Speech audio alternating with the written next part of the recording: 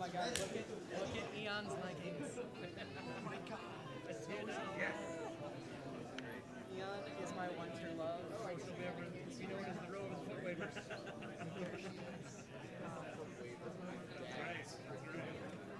boy, here comes the 61.6 TV. These guys were running around. All right, guys, we're going to go to a quick Twitch ad. We'll be right back after this break. A little early. I had to actually hurry up and do like almost the whole hour. 11. Really early for me.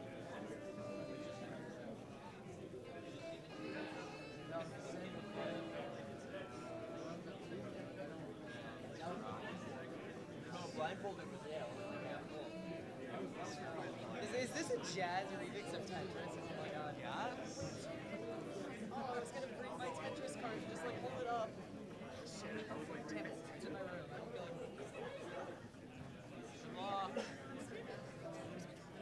don't feel like I'm tempted to like go for it, but I'm not moving my seat here. It's not worth it. It's time. It's like scare you in the face when you hear it. Yes.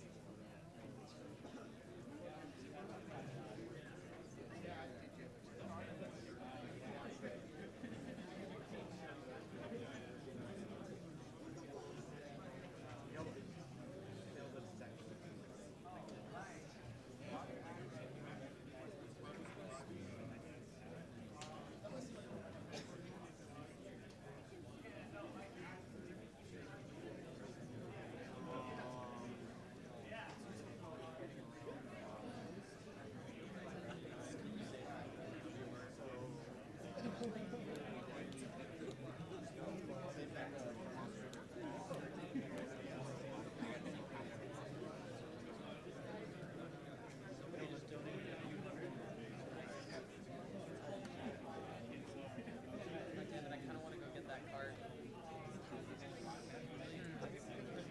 All right.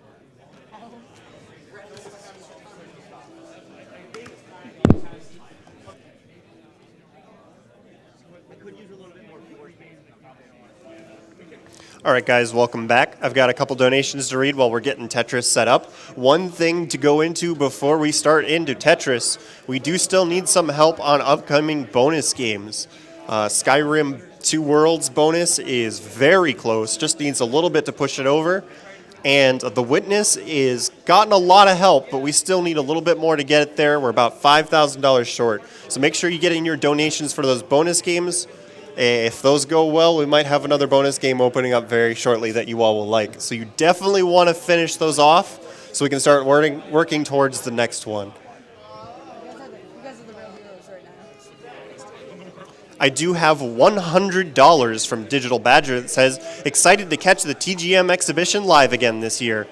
I never knew how blown my mind could be until the first time I saw QLex and friends show off their skills at AGDQ 15.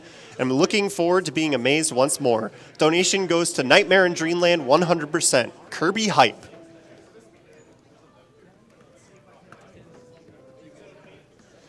I have $10 from James129 who says, so glad for another GDQ. It's so great to see such a friendly gaming community doing such good work.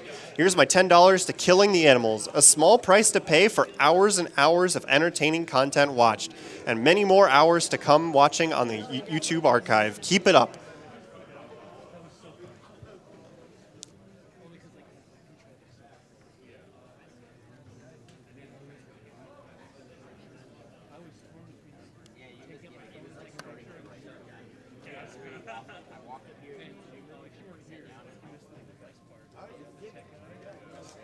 I have a 55 anonymous donation.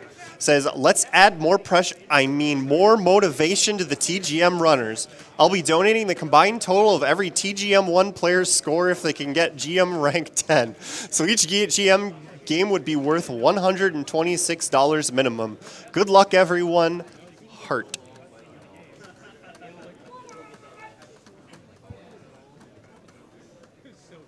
UEMM donated $20 and says, another great event for a great cause. Keep up the amazing work, guys.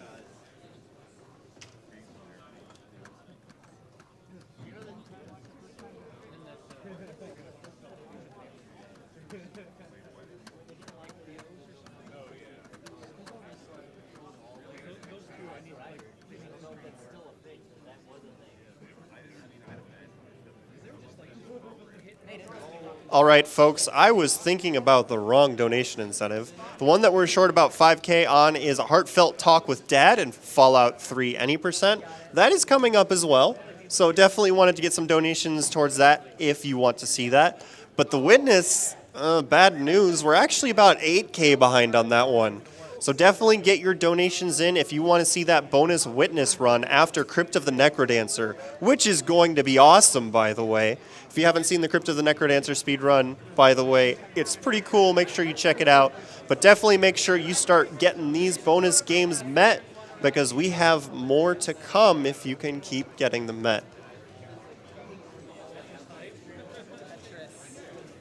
Chuck Taylor donated $20. This is SGDQ and classic NES platforming action.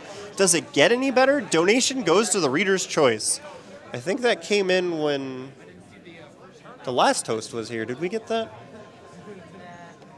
If it hasn't been assigned, then my choice is Two Worlds and then The Witness. Big surprise there.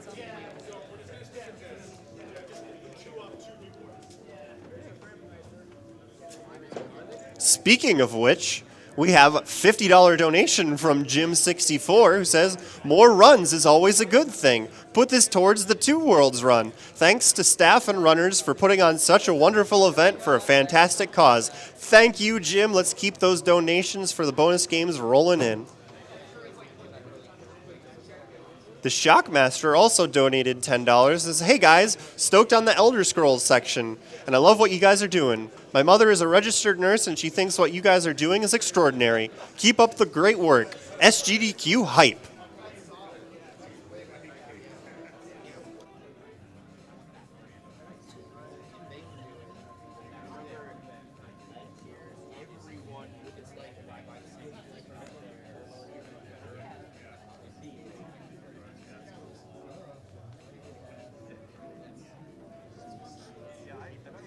People bragging about their front row seats for Tetris on Twitter, and I'm just like, yeah. So while we are getting Tetris set up, I would like to take a break in the donations to remind you that you are watching Summer Games Done Quick 2016, benefiting Doctors Without Borders, also known as Médecins Sans Frontières. We are here in Minneapolis, Minnesota, until the end of the week, playing games for charity. So definitely spread the word. Tetris is coming up next. If you haven't seen Tetris or you have friends who haven't seen Tetris, get the word out there. It's going to be awesome. Make sure everybody's here watching. And we've got a lot of good stuff for you if you keep donating. So keep them rolling in. One other sponsor that I would like to mention is the Yeti. TheYeti.com. That's YETE.com. with a V in front, of course, is the official t-shirt sponsor of Games Done Quick events since 2012. With each $11 shirt sold from the Summer Games Done Quick collection, the Yeti will donate $3 towards Doctors Without Borders. They've already donated a significant chunk, so that's helping our total quite a bit. One thing that you can get there is the attendee shirt you might see people wearing in the audience every now and then. There's also a couple other shirts done by some fantastic artists. So check that out at theyeti.com/SGDQ and pick up a shirt. Yeah, you should probably be very careful about that.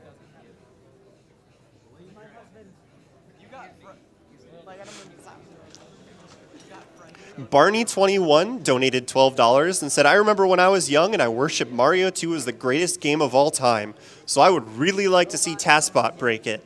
That is coming up Saturday evening, actually. That's going to be a great run as well. Make sure you tune in for that. If you did not know who was coming, it's going to be great.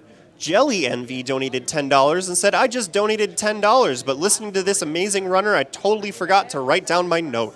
I actually wanted to say how positive and nice Rogue Link is, and I hope everyone is having a nice day. Thank you very much, Jelly Envy. Things are going pretty well here. Just ignore the chaos while we set up Tetris. We're going to get it going as soon as we can, and it'll be definitely worth the wait. Morgan161 donated $20 and said, can't wait to see a train get suplexed in my favorite Final Fantasy game. That is, of course, referring to the Final Fantasy VI sketch glitch run that's going to be happening Saturday night. That's also going to be pretty awesome. And I believe there are a few other donation incentives in FF6. If you guys are looking forward to seeing that, you might want to check those out. But of course, you should keep donating towards The Witness and the Two Worlds runs, both of which are coming up pretty soon, and we want to make sure those get added to the schedule.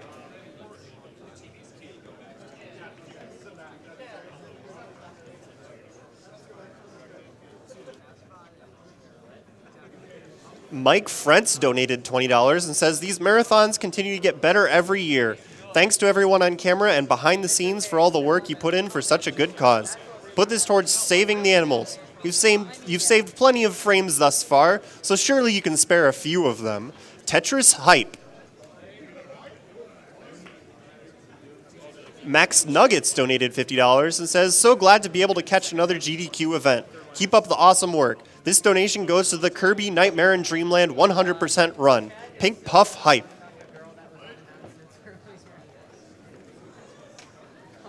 We have an anonymous $50 donation that says, so excited that Fearful Ferret might be able to run The Witness, or as my 2-year-old daughter Zelda likes to call it, puzzles.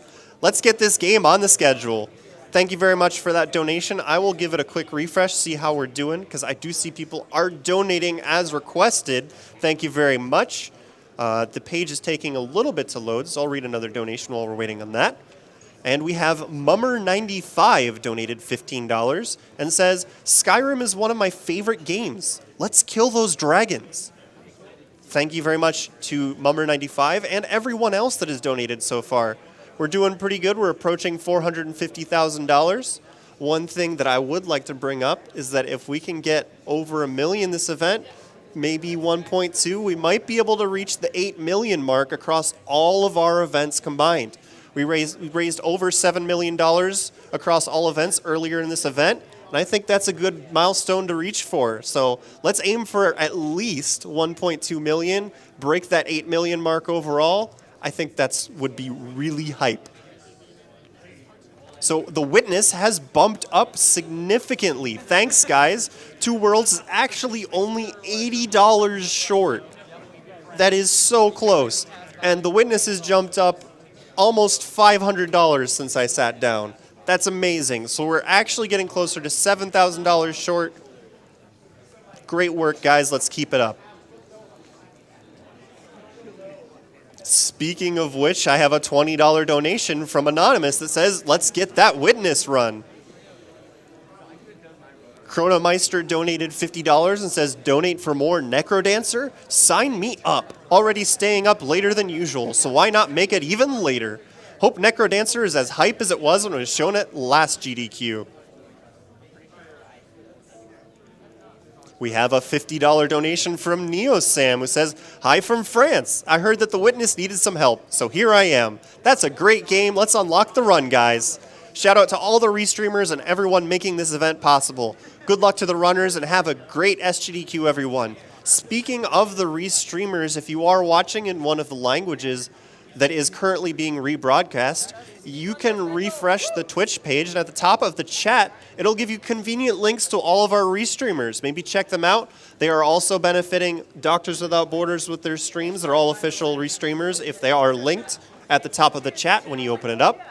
And some of them are doing a really great job. So thanks to all of our restreaming team. As usual, keep up the good work. You guys are doing great.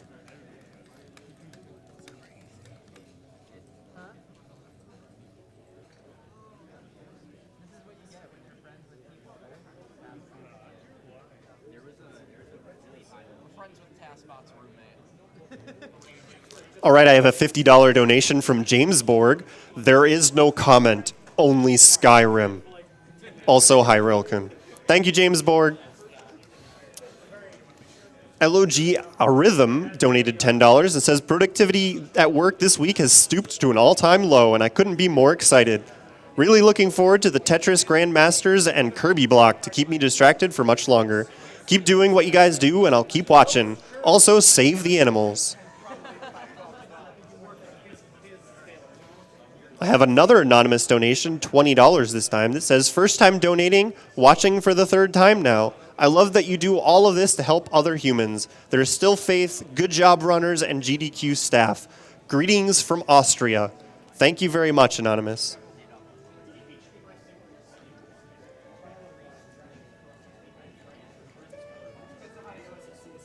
Jed121 donated $50. Says, first time donating here. $50 towards the cough cough Oblivion Killer. 2 Worlds. I can't wait to see it torn to shreds. Thanks to all of you. I believe, have we met it? Oh, we are so close. We are $45 short on 2 Worlds. Just keep them rolling in. We can get that one on the schedule in a matter of minutes at this rate. The Witness is also moving up. It's moved up another $400 since the last time I checked. This is awesome, guys. Make sure you're letting people know that Tetris is coming up. Things are progressing, as you can see on screen. I'd like to take another quick break to plug the Humble Bundle.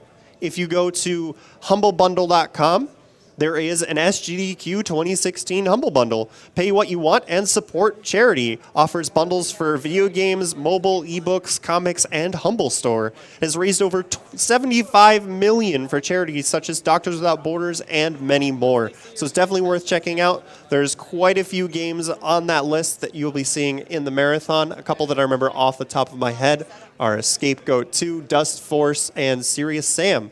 So make sure you take a look at that. And we'll go back to some donations here. Schlub donated $20 and says, let's go, QLEX!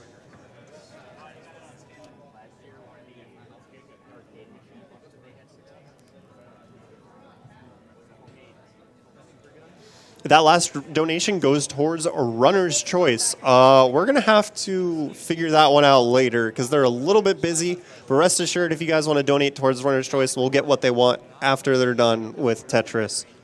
And I've just been tapped on the shoulder. Oh, not quite. We're $10 short. Oh, it's good. Okay, so 2 Worlds has been met. That is now officially on the schedule.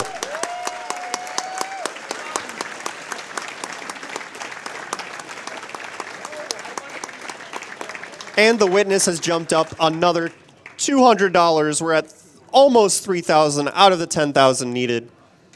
This is amazing, guys. Keep it up. We also have Brendan Bigley, who donated $15 and says, preparing my brain for Tetris and donating so my brain breaks during the Witness.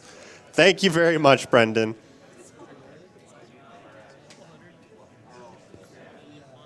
Kramer368 donated $15 and says, hey everyone, long-time watcher, first-time donating. I love seeing everyone rally behind a good cause while breaking many of our favorite games. Keep up the good work, and I hope to have that good talk with Dad Liam Neeson in the Fallout run. So I know I have been plugging 2 Worlds and The Witness pretty hard, but there are actually other donation incentives if you would prefer to donate to other things. Obviously, I've made my opinions known, so let's do some quick updates on the other donation incentives. Kill vs. Save the Animals in Super Metroid was very close all day long, but Kill has pulled ahead with a pretty nice lead. It's currently about $500, almost $600 apart, so it's still within one big donation. But other donation incentives that we have coming up, we have the donation incentive for Trials Fusion, which is actually right after Tetris. It's sitting at $4,000 out of $7,500 needed. It's going to be for playing one of the community ninja tracks with the bike completely invisible. That is awesome, and you guys definitely want to see that. We need about another $3,500 towards that, and your time to get that in is pretty short. So now that we've got 2 Worlds, let's try and get that Trials donation incentive, because you definitely want to see that. After that, we have the Fallout 3, which our donator just talked about, the Heartfelt Talk with Dad.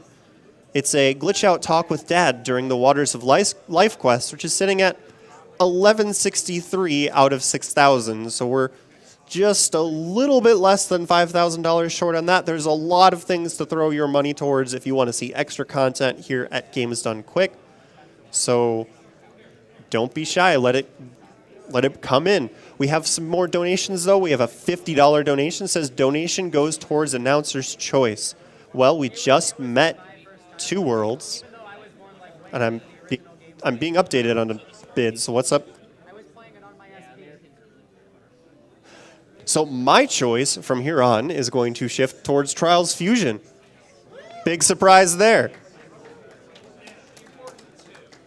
A Sleepy Finn donated $30 and says, opening my wallet for the witness. Gladly paid the full price for the game when it came out and will gladly pay to see it again. Hopefully completely broken. I have not seen a whole lot of that run, but I have been told that it is very entertaining and actually very short, which would surprise a lot of people. So I'm sure you want to see that run. Thank you for that donation, A Sleepy Finn. Abyssar donated $50 and says, love SGDQ. Want to see the witness. Also, save the animals. Greetings from Germany.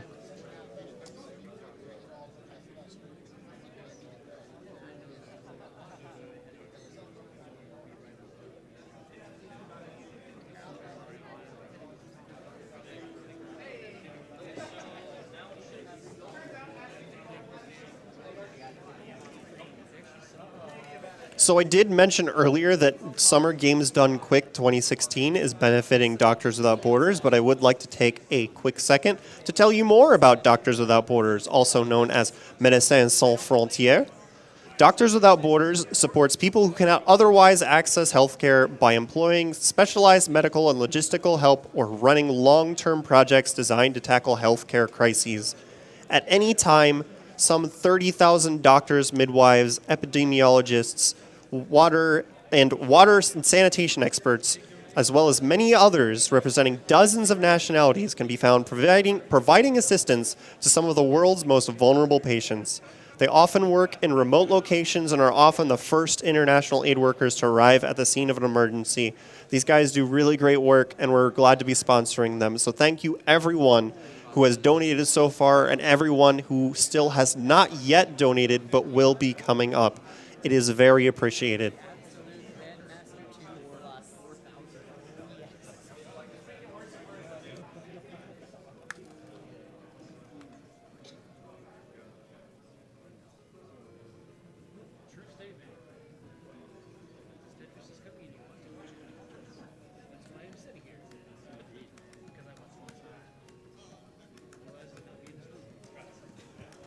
I have a $10 donation from DigiCults. Says, thanks to all of the SGDQ staff, runners, and organizers for throwing an awesome event.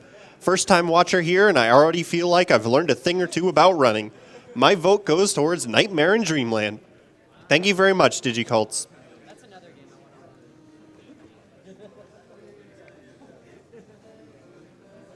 So another update. Since I last talked to you, the Invisible Bike incentive has jumped a good amount.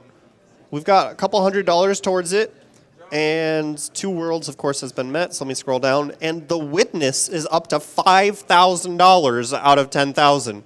I would like to remind you that that was at $2,000 when I sat down. So that has gained $3,000 in just the course of a little while. So thank you very much.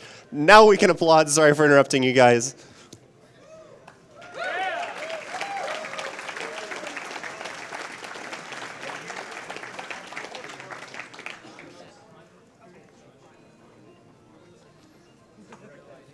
Martin T61 donated $20 and says, hello from England. Been watching for a couple years now and looking forward to the Elder Scrolls runs.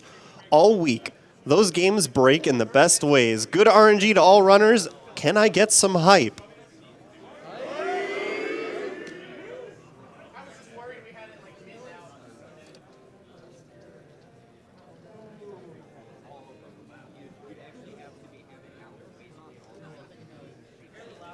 I have a $10 anonymous donation who says, how can the witness not be shown? Last time I saw it, it blew my mind.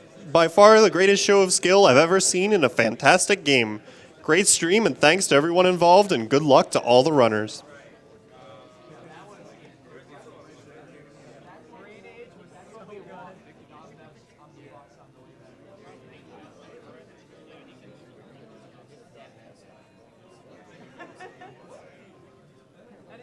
It was spoiled for me already. I seen a little bit of it. I was talking to people in the private practice room, but it was still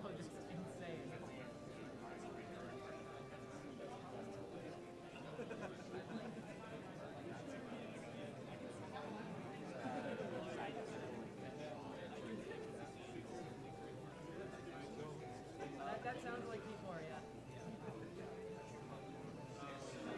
yeah. Arcina donated $10 and says, just a reminder to the TGM runners, the better you score, the more I donate. Thank you very much, Arcina. It's very generous, and maybe some other people will match you. We'll see. Revs donated $10 and says, very excited to see Kevin DDR and the other guys on one of the best runs on SGDQ. Cheers from Brazil.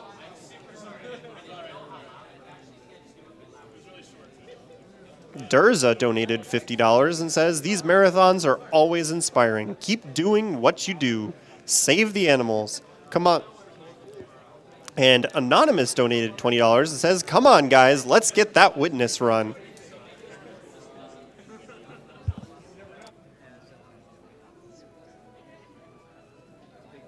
else do you want to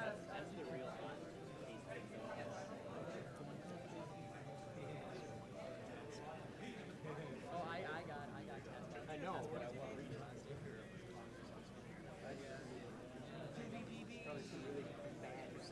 That sounds good.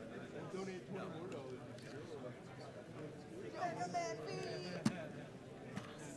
This is such a good game to never play this. Mars stage. Dude, if they play Mars stage, I'm singing. It's happening. You can't swear on GD. Yes, I can. All right, guys, I was telling you wanted to unlock these runs for a good reason. I've just been given the go-ahead that Super Mario World low percent has just been unlocked as a donation incentive.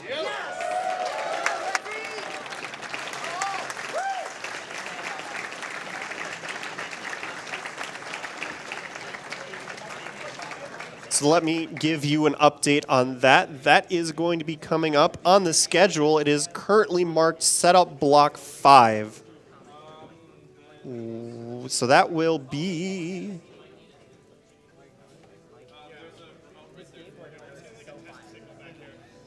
That is currently scheduled at Friday afternoon, which would be right after the Super Mario World run by Brams Truman XSV Area 51. The goal for that one is pretty high, but I'm pretty sure you guys can meet it. It's $30,000. But you definitely want to see that Super Mario World run, so let's get that met.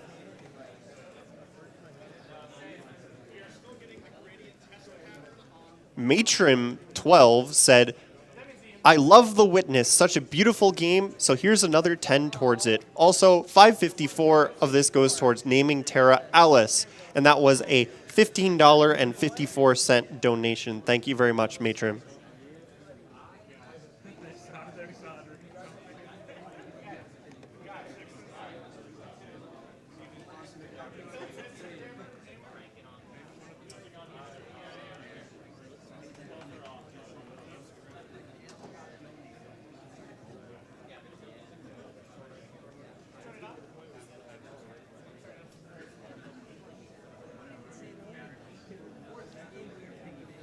So I would like to take another short break to thank another one of our sponsors. This time we're going to go for Power Up Audio, who are currently putting in some great work helping to get Tetris set up.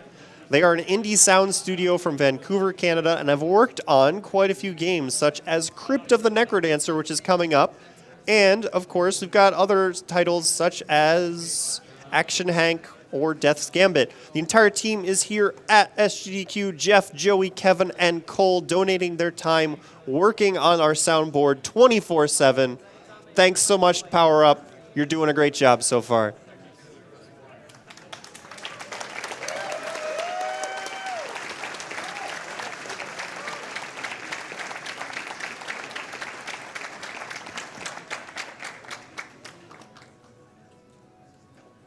Bloop Bloop 234 donated $5 and says, these runs are sweet. Had the money in my account and thought I'd toss it in. Coming from the FGC, I'm super hyped for Fight Stick Tetris. Kill the animals, save the frames.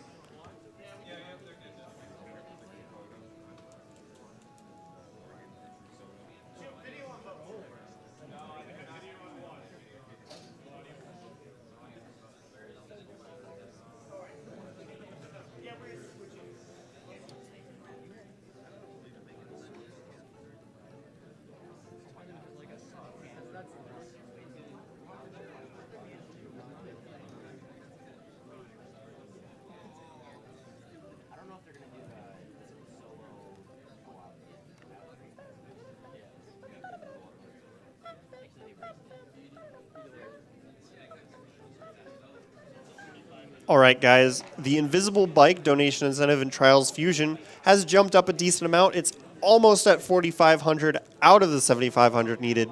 So we need about 3,000 more dollars by the time we're done with TGM exhibition in order for you to see that. I believe you'll have some time during Trials Fusion as well, but you should get those donations in now just to make sure. I don't know when they plan on doing that during their exhibition.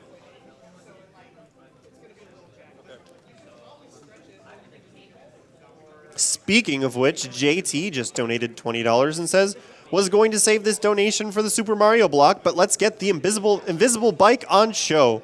Also, great work by all the runners, announcers, and tech crew. Greetings from Spain. Thank you very much, JT. Speedruns Espanol. Now we're just rocking the Mario playlist. Tetris.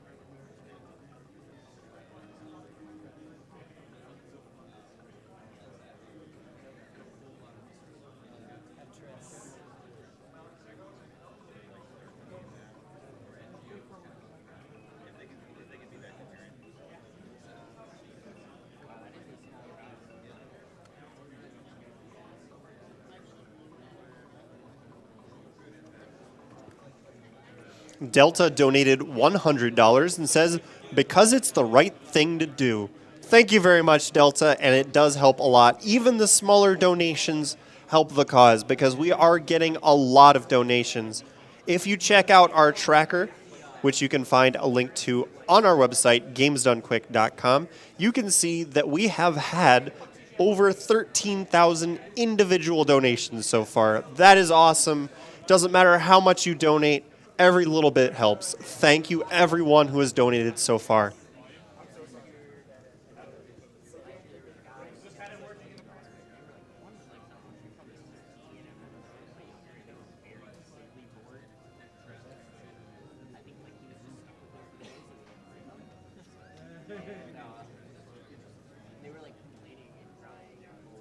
As a reminder, we do have a prize up during this block. On top of our grand prizes is the Nintendo Force Issue Collection.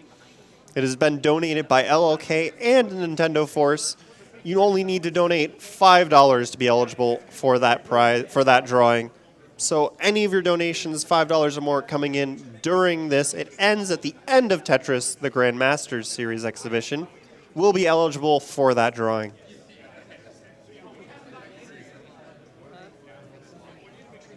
Oh yeah, my Discord is calling me out.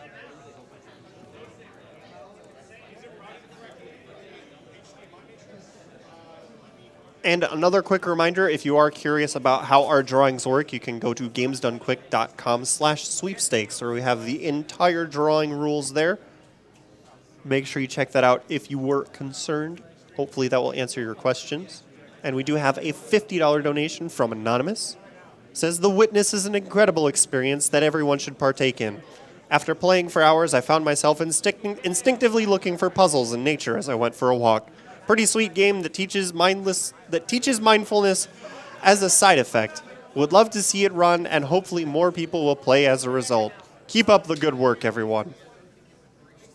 Thank you very much for your $50 donation, Anonymous.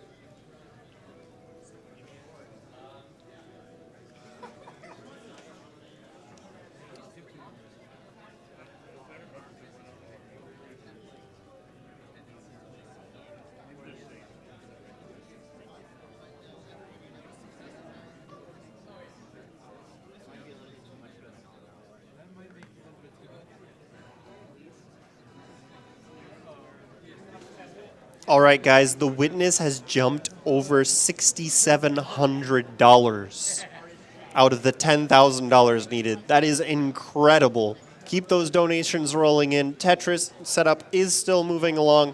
Hopefully we can get it on for you soon.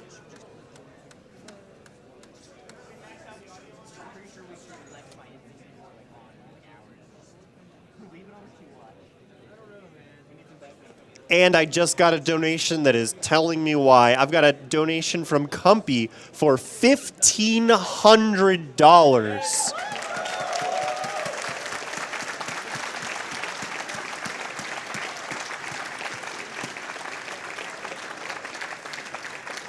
Thank you very much for your generous donation, Cumpy. And he leaves the comment that says, Hello from Canada. First donation of this GDQ, and I'm super pumped for all the runs that have passed and all the runs to come. Can't wait for the Diablo LOD run. Keep sending in money for this great cause, and good luck to all runners. Put this donation towards the Witness run. P.S. If anyone world records the next few days, I'll double my donation. That is a very generous offer. We've had a couple very close calls this marathon, so that could still happen, and we'll see how it goes. Thank you once again for the donation.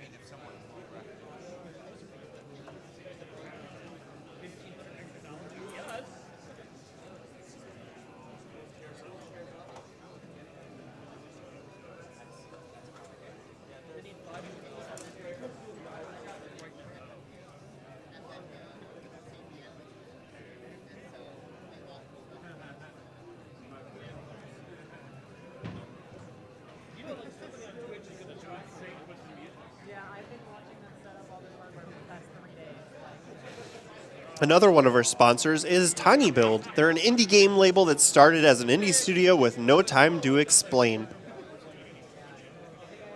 They bring games from all over the world to Steam, mobile, and consoles. They're responsible for cult hit games such as Speedrunners. They worked to pioneer Twitch chat integration with Party Hard last summer, and they have challenged the quick Twitch community to beat Punch Club with Twitch Plays Punch Club. And then they said that they wouldn't release the game until they did. It is now out, so obviously that succeeded. So thank you very much to Tiny Build for your help with this event. And we are going to return to a couple more donations here.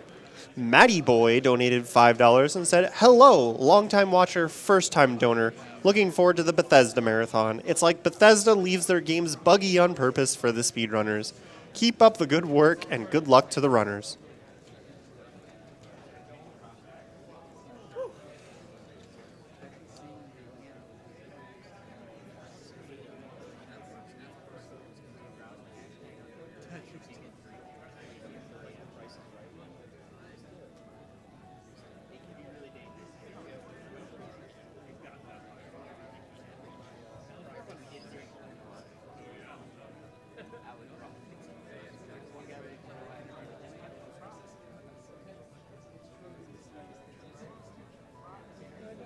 All right, so I have been plugging kind of some of the same things over and over again, so I'm going to let you know about some other donation incentives that I haven't talked about yet.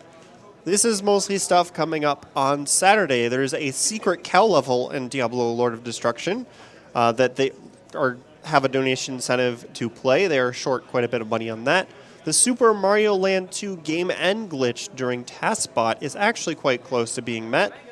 There is also the VVV game end glitch, which is also during TaskBot, which has quite a bit to go. So there's a lot of different options that you can donate towards. If you're not liking the ones that I keep bringing up over and over, you can go to our website, gamesdonequick.com, check out all of the things you're able to donate towards, and find something that you find appealing.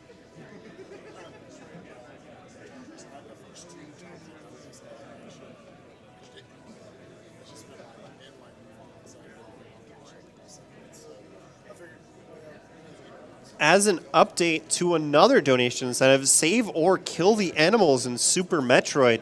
Save has pulled right back up behind Kill with less than a $200 difference. So these two are still neck and neck, and if you want to get your opinion known, make it happen during the Super Metroid Any Percent run. Donate towards that. Right now, Kill is sitting at $41,741, and Save is right behind with $41,546. So they're just under $200 apart.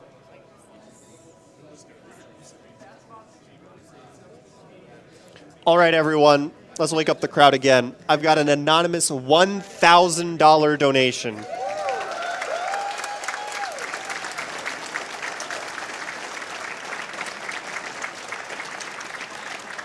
Thank you very much for that donation, and they left the comment that says, "Thanks to all the GDQ staff and attendees, and most important, to the Doctors Without Borders for doing awesome work. have $500 for the Witness. It's a mind-boggling run.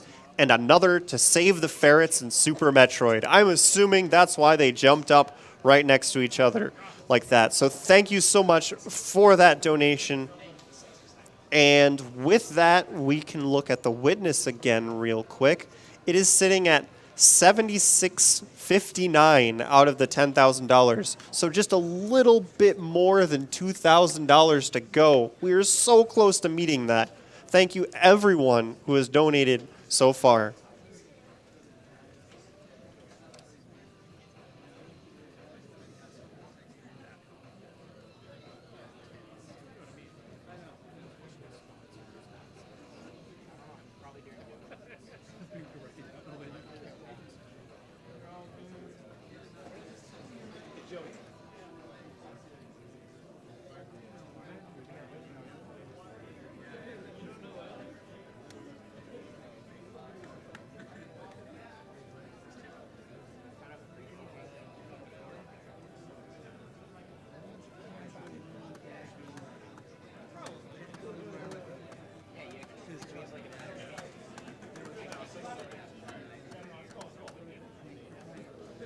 Isaac Phantomus donated $50 and says, SGDQ, awesome as always.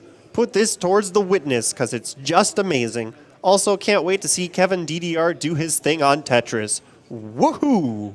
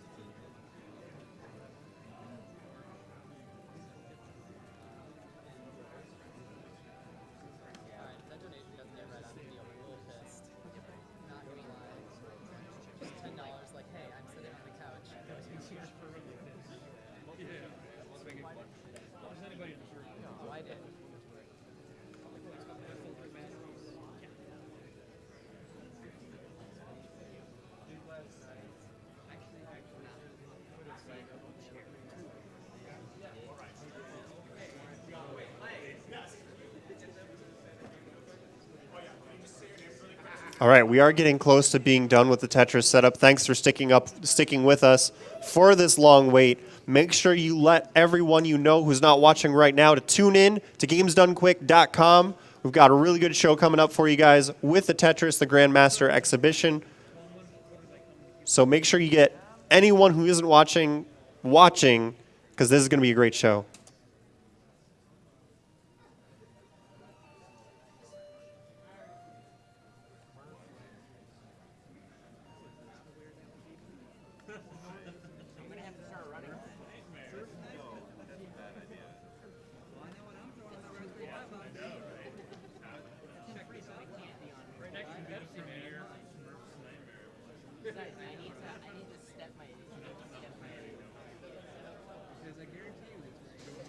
All right, guys, I have a donation from Dear Nobody who sent us $300. Says, big thanks to the GDQ staff for their awesome work and supporting the organizations who need it. Always willing to donate for the good cause. So here you go. Good luck to all the runners. Thank you very much, Dear Nobody. I also have a $200 donation from Florida Jansen. First time I'm able to catch an event and hyped for the Bethesda runs. Unite for a speedy kitten run.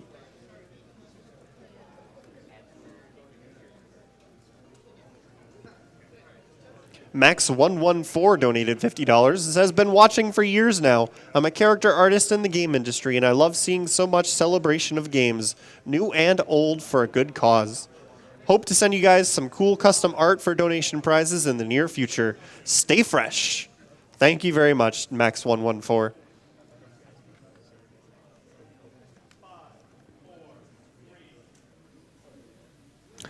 Hello, I'm Kevin DDR, and we are the TGM crew.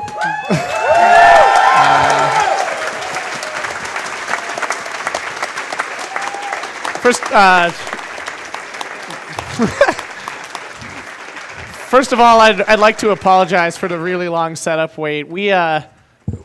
Hopefully the image quality will be better this year than last year with the changes we've made, but it also resulted in a complete mess for everybody else. So my apologies, and hopefully you enjoy it.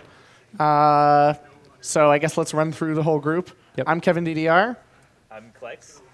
I'm Aperture Grills. I'm Enchantress of Numbers. I am Dark Aries. And I am Poochie.exe. Yep, great. And then, of course, we've got Partyman X to Poochie's right, and Dark Aries' brother to Dark Aries' left. Linear. So there we go. There we go. And this is QLEX and Enchantress of Numbers if you didn't hear them because they don't have mics. Yeah, that.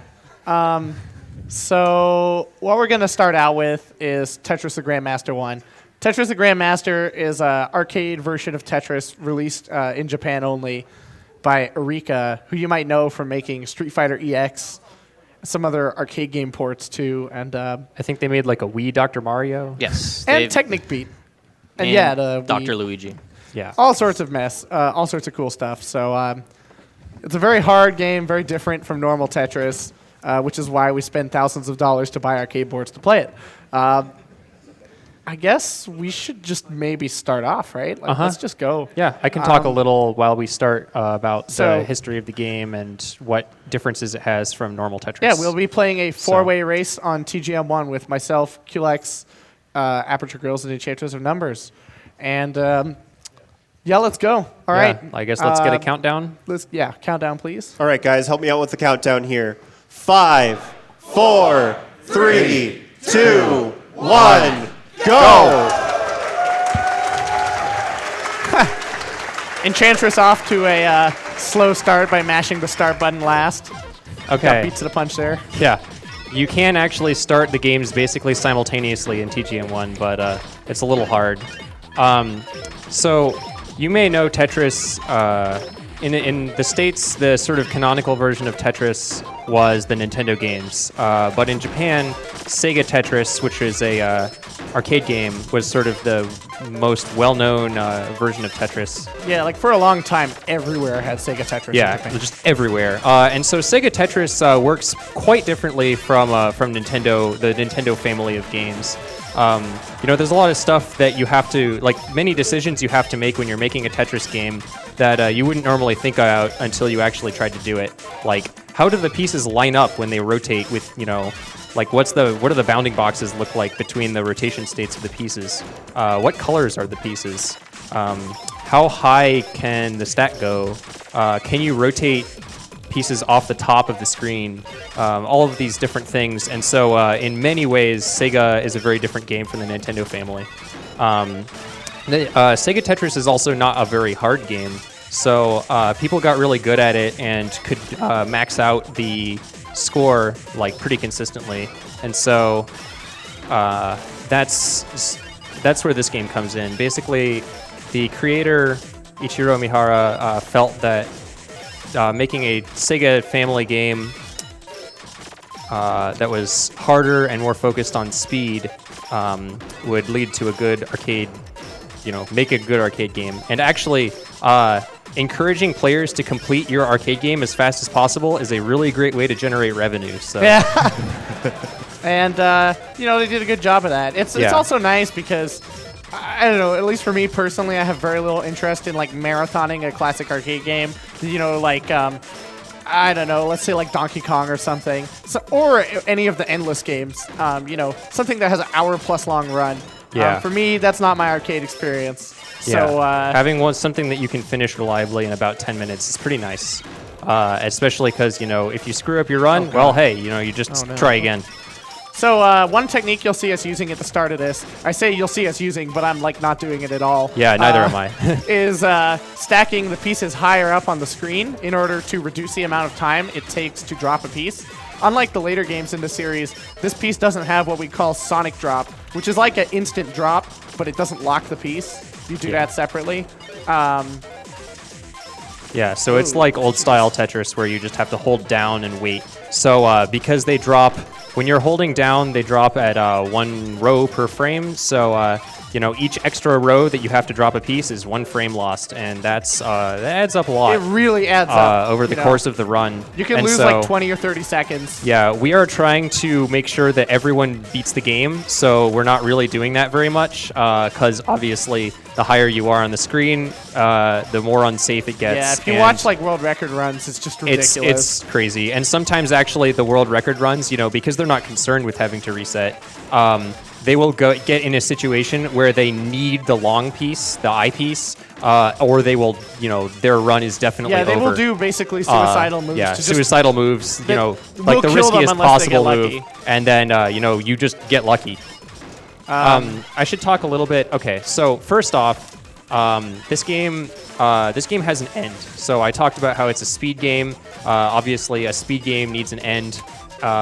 The end is when you get to level 999, and so you see our level counters in the below each person's well. The level goes up by 1 every time a piece appears and every time you clear a line. There's one exception to this, which is so the levels are grouped into sections of 100. And each 100 levels that you complete, at the end of it, you have to clear a line in order to advance past the 99th level of the section. So that's called a level stop. Because if you blithely sit there placing, stacking up. Oh, like literally what I just did. And I did it a little earlier too. Yeah, you can waste tons of time because you want every single piece you place to add to your level because that's how you get to the end as fast as possible. And so if you waste pieces not doing that, oh man. Just a little aside, the background of the 400s, it's very visually noisy, and so it's really hard to see what your next piece is. Even if you're playing on like a great monitor, like at home, I play on an arcade cabinet, it's still impossible to see. Yeah, so on a new you got monitor, these crazy gold snowflakes in the background. Yeah, they just, in the later games, they did a lot better of a job with that. You can't see the O piece, the yellow block, basically. So another thing, actually, what was I gonna say? That's a good question. Who knew playing Tetris and talking at the same time? Yeah, is playing hard. this game and talking at the same time, especially trying Maybe to... someone on the couch could hit us up. Well, one other explain thing in a that, focused that way. you might notice is that every time they spawn a piece, there's a sequence of beeping noises. Oh, yeah. That actually tells you what the next piece is going to be. Yes. Each of the 7 pieces has a different signal, and that way you can actually tell what the next piece is going to be without having to look up. Now, I mean, how much people actually use that versus, looking up is kind of a matter of debate. But it just shows the amount of thought that the developers of this game put into making it playable at a very high level. Yeah, it almost reminds me of what is it, AM2 or Amusement Vision or whatever. Yeah, really Amusement Vision, like Super Monkey Ball or F-Zero GX in terms of making the game very player friendly. I hesitate to say that, but well, they it's do. they ask insane things of you, but they try and give you all of the necessary tools to do it. Yeah. That's the way I would put it. Another thing that helps out as well is when you actually hold down the rotate piece, you can pre-rotate it before it drops. Yeah, you can buffer inputs. You can also pre-charge the auto shift of the piece to make nice moves. Some placements do require pre-rotation. Yeah, especially so now we've all entered the second half of the game. Another thing that this game added that at the time no Tetris game had done is that we get infinite gravity. So the piece, what this means is, the piece immediately falls as far as possible. Yeah, but unlike other older games like NES Tetris, what actually allows this to happen is the fact that you'll notice that they're sliding the pieces around. There's something called a lock delay, which allows them to move them around. You'll notice that because it's the high gravity there, they'll try to flip the pieces over and get them to crawl across their stack, which is why they were earlier mentioning that they'll try to keep it high. There's something called a pyramid stacking, where you'll try to keep your pieces high up in the middle there, which allows you to drop them left or right a lot easier. Oh, jeez. Level stop. Just mega level stop. That's okay. So as it turns out, playing TGM1 on stage is very nerve-wracking. Yeah. You know, this game is like slow and easy compared to the other ones, but man, it's tense in a way because when you make a mistake in this game, due to the nature of the randomizer and just how the game plays compared to the tools the later games give you, it's terrifying. Yeah, another thing about this game compared to older Tetris games is the randomizer is not actually random. Basically, how it works is it keeps a history of the pieces it gave you recently, and it's biased against giving you those pieces, any of those pieces again. However, it's not biased nearly as strongly as in the sequels, and so you will see a lot more often getting the same piece over and over again, like up to 3 times is generally how many. I don't think I've ever seen a 4. Something else you'll notice. And go ahead. Sorry, Go ahead. and getting droughted longer for the piece that you really want.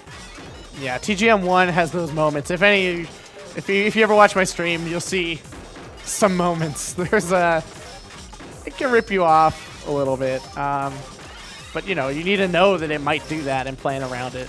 I mean, 777, the world record holder, manages to like put together sub 9-minute times almost every game. You'll which note is that we unbelievable. have already passed 9 minutes. So you know we're. Looks like everyone is into the 800s, or okay, Enchantress is also almost there. Sometimes it gets hard to tell because. Oh yeah, another thing about this game is, so this basically runs on the ZN2, which is basically a PS1, just like an arcade version of a PS1 hardware with a few extra things, and it has a sprite limit. And the sprite limit is a bit smaller than all of the sprites it needs to display your level and time for 2 players who are playing the game at once. So you'll see once we get, now that we've gotten to the end of the game, that like Enchantress has no goal level and no least significant digit to her level counter. You can break it even more because it can get even worse. Like yeah. there's a thing called a Bravo where you clear the entire screen at once. If any player gets a Bravo, it shows that they got one, and that takes another sprite away from the limit. Maybe even 2. Yeah, 'Cause I 2. think there's the Bravo icon And then the number. Yeah. Oh gosh. I've seen like pictures of like both players having Bravos, and it's pretty funny. Yeah, there's So- just like barely any text left. It adds to the actually hype. it actually can be pretty annoying because there's another level stop at level 998. You have to complete the game at 999, but the last section is basically 1 level shorter, and you don't know, like you just know you're at 900 and something, and you're like, well, maybe I should clear now. Maybe I'm at the end of the game. Maybe I'm not. We'll never knows? know. And So, I just cleared, so. Okay, so Kevin is done. I'm about halfway through the last section. Enchantress is close behind me.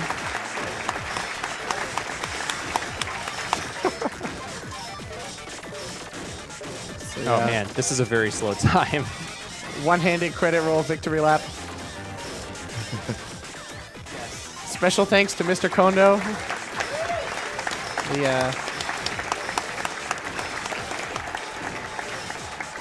Special thanks to Okay. Mihara. And there's me.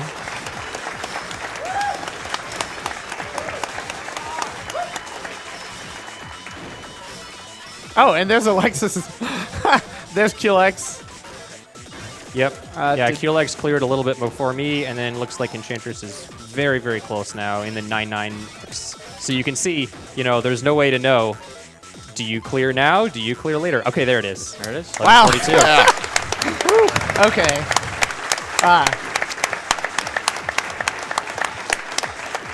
And you'll notice in this game the credit roll, like the staff credits roll, but nothing's happening, and you Yeah. can actually skip it. You with can the just start hold button. down start and they scroll quickly. But yeah, so that is Tetris the Grandmaster. What a terrifying background. Jeez. Yeah, so it has weird biological backgrounds, and the last one is like this, fetus. We don't know. Yeah, that's actually I'm very pleased with that. I don't think we expected all 4 players to clear. Yeah. After our AGDQ performance last year. So Yes. whew. All right. Wow. That's we'll let Enchantress's roll finish here. It also has great music in the roll. Really, this whole series has great music all the Yeah, way through. composed by Shinji Hosoe and Ayako Saso. Sampling masters Mega and Aya, and then maybe someone else too. Oh, J99 I think has music in this game too. All right. If that's the case, I think we'll go to TGM2. Like, let's just keep rolling. Let's just do it. Yeah. Yeah, cool. We'll be right back. All right, guys, I've got some debate.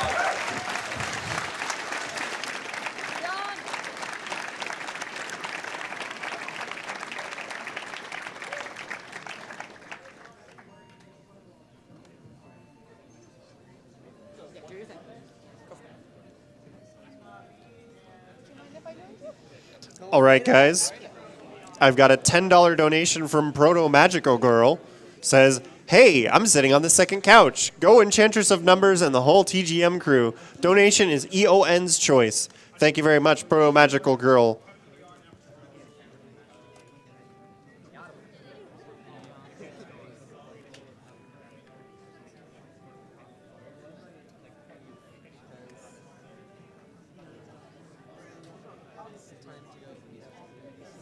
I have a $100 donation from DDR Coder who says, witness me.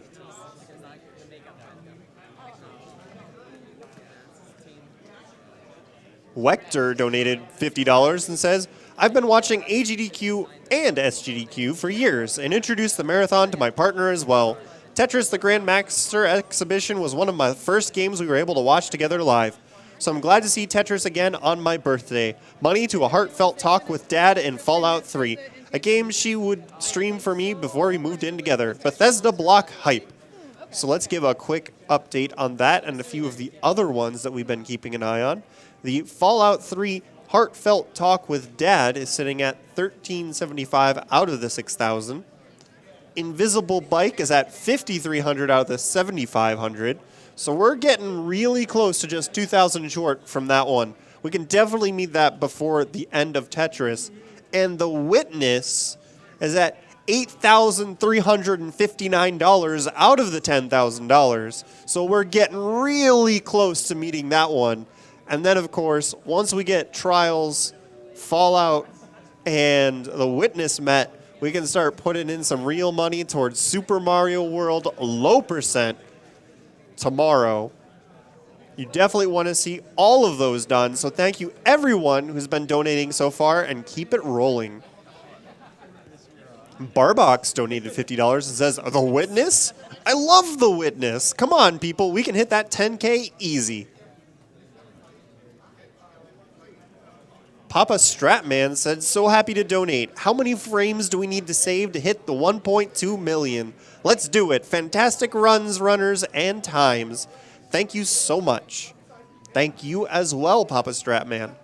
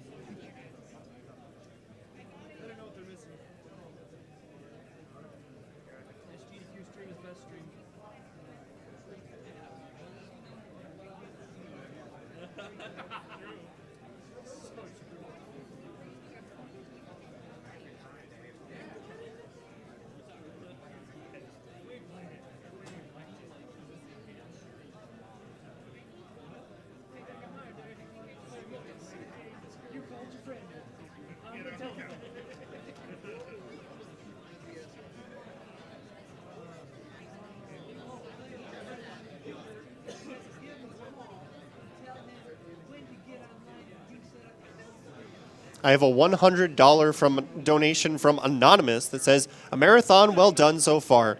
Dad is a pretty cool guy, so send my money to that glitch. Long-time watcher, first-time donor, blah, blah, blah, blah. Hope things are going well." Thank you very much, Anonymous. And yes, the blah, blah, blah was part of that donation. I was not actually making fun of him. Thank you very much for the generous donation.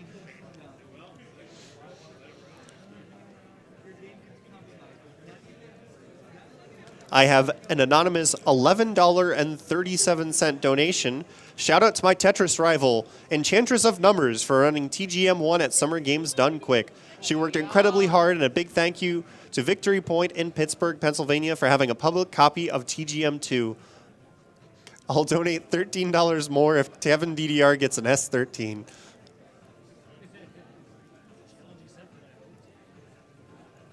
I have a $50 donation from TACCOM. Says, "Hi there, first time donating. Saw a recording of Kevin DDR last year at AGDQ and saw the video of his Grandmaster run. Looking forward to what's coming up. Put this towards 2 worlds to finish it off." Yeah, Eon's Super Gun board is 2,000. Holy shit. That's just the investment they make to be this good. I have a $250 donation from Bayonet52. Of course I have to donate during Tetris, my favorite game of all time. I don't know how many hours of my life I spent on it, but I do know that a few thousand will still follow. As always, this SGDQ is a ton of fun to watch. Keep it up, and please have some of my money to show the world what video gamers can achieve in the name of a good cause.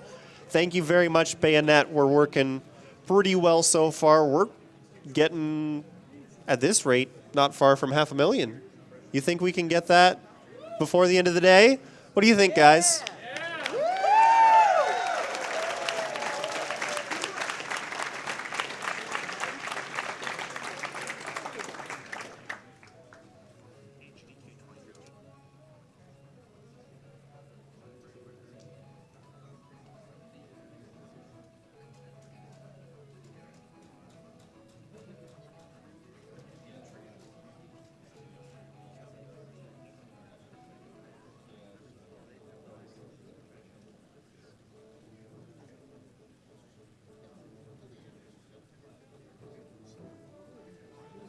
I'm headed out in a minute so you can steal my chair.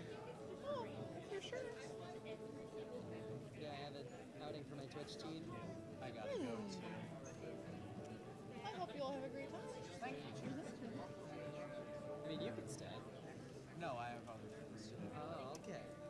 Other things to watch. All right, we have a follow-up donation from Archina, who donated earlier, promising to donate based on the total scores from TGM1. So we have N scores, 136,676, 140,580, 153,627, 134,657, total 565,540.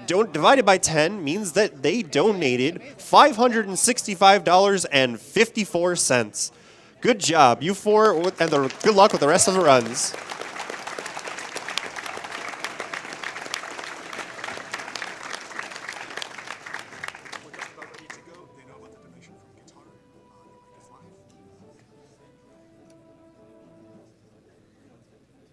So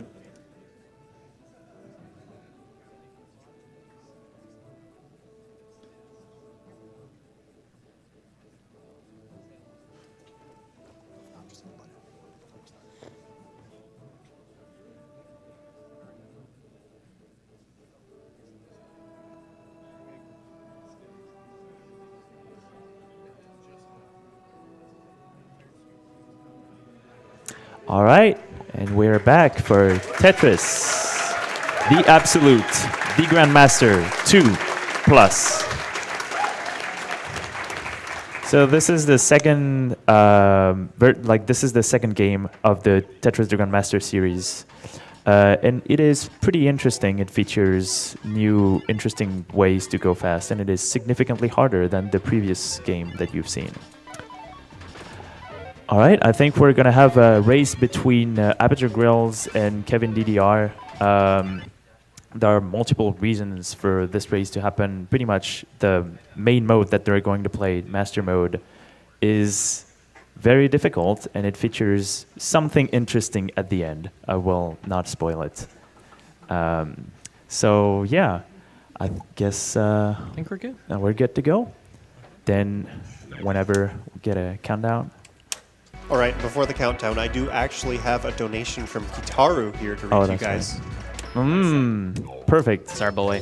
Kitaru donated $200 and says, just wanted to wish the best of luck to the TGM crew and to remind them of these words of wisdom. Try to win by making singles is a miserly way to play and will not get you anywhere. Once you see this sequence of blocks, Tetris, Tetris, and Tetris again, strike with a whole series of blows and make the machine tremble. Savoring the thrill of time attack is what makes TGM fun. Once you open your eyes to the true meaning of the finesse, your progress will be remarkable. Tetris is a pursuit of such value that one can devote a lifetime to it and have nothing to regret. Why not then challenge the limit of your powers? That is great.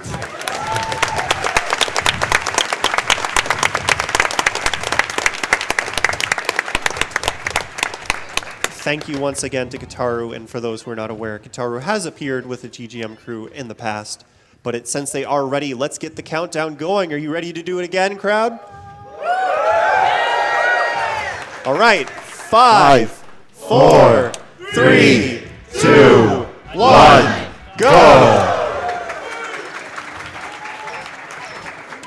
Okay, so this is Master Mode. It seems pretty similar to the first game, but there is, well, one technique that has been added to this game, and this is Sonic Drop. As you can see, they place the pieces much, much faster. And the reason behind this is if you input up on your joystick, the piece will instantly drop on the stack. And that makes for this interesting thing that you are seeing right now, is they don't need the stack to be at a specific height. So that helps a lot in the first sections where the gravity is so low. It's worth noting, compared to a lot of modern Tetris, it's not a locking instant drop, so you can still maneuver the piece after you sonic drop it down, which lets you make interesting circular motions on the joystick that can be a lot of fun. Yeah, some of the moves are actually called Zangief moves, in reference to Zangief from Street Fighter. So yeah, this game is kind of like a fighting game. There's a lot of techniques. We're not going to get really deep into that. But pretty much, they have to go as fast as possible in the beginning. And the reason for that, in the first game, you couldn't get GM. You have to meet a few time and score requirements. Here, there is a time requirement per section. That can become quite a problem. For each section, they have to finish it in under 1 minute and 5 seconds. And that is very, very hard to meet as a requirement. Then you also need to make 2 Tetrises per section of the first half. And then, you still need to score points. So that's the grade that you see on the top right corner. That's kind of a new thing. Well, it's not exactly new. The new part is the score that you see, the 4 on each screen, depends on an internal grade system that is not displayed. So it is not related to score. Yeah. It's kind of, the game is doing its thing in the background. And, as long as you're doing a lot of Tetrises all the time, then you should be probably fine. Yeah, the score's just numbers. They don't mean anything. Yeah, they go from 9 to 1, then S1, S2, all the way up to S9. And then if you meet a lot of the requirements to get Grandmaster, like all of them, then you will proceed to something interesting. It's kind of an extra challenge at the end of the game. Completing this challenge will give you the grade of Grandmaster, and failing it will give you the grade of Master. those are the two like ultimate grades that people are striving for. We hope to see at least one master grade because that would show what that challenge is and how difficult it can be. I'm not gonna spoil what it is.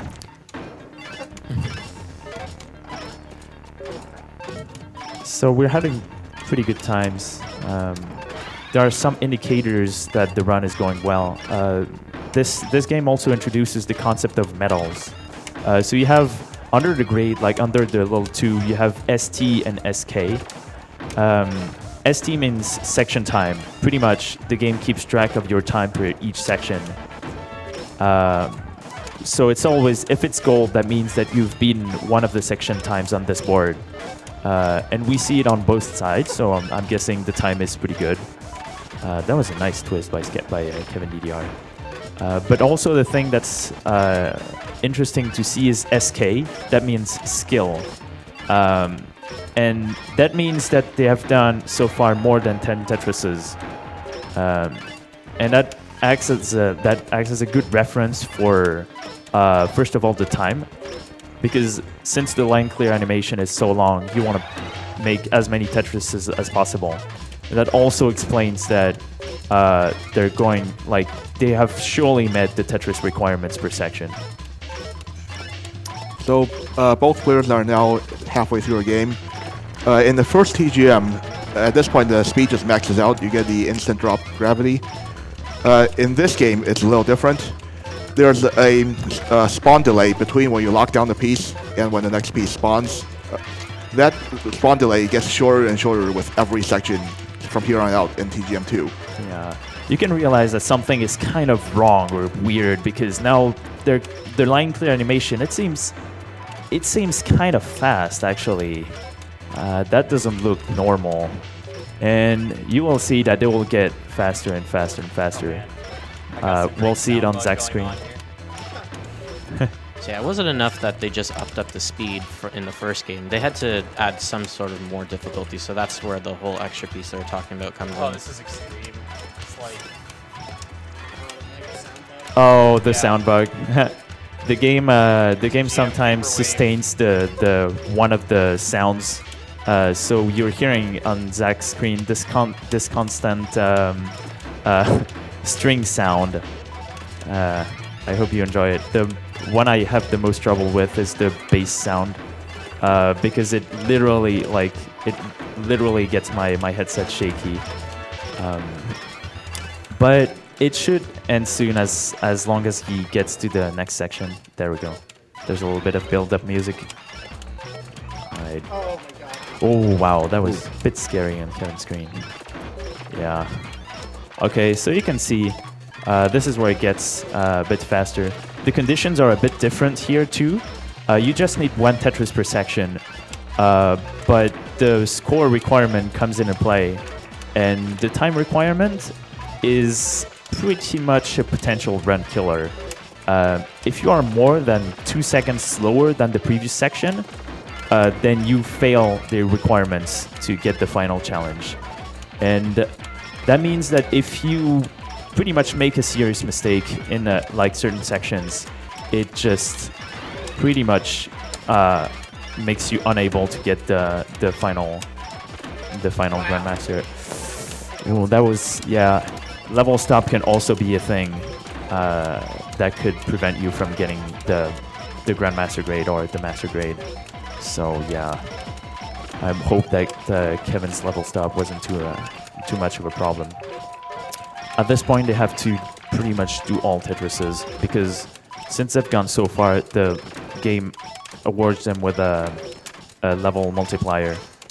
And so that means that every 2 Tetrises, they will go 1 grade up, and they have to end up at S9, obviously, to get the, like, obviously the game is going to give you an additional challenge. You have to get the maximum score of S9 before getting into it. Zach seems in somewhat good pace to get it. One more thing to point out is in the final section only, the game actually takes away a significant chunk of your lock delay. Up until now and all through the first game, it's always half a second. Now it's a little over a quarter second. Come on. Oh no.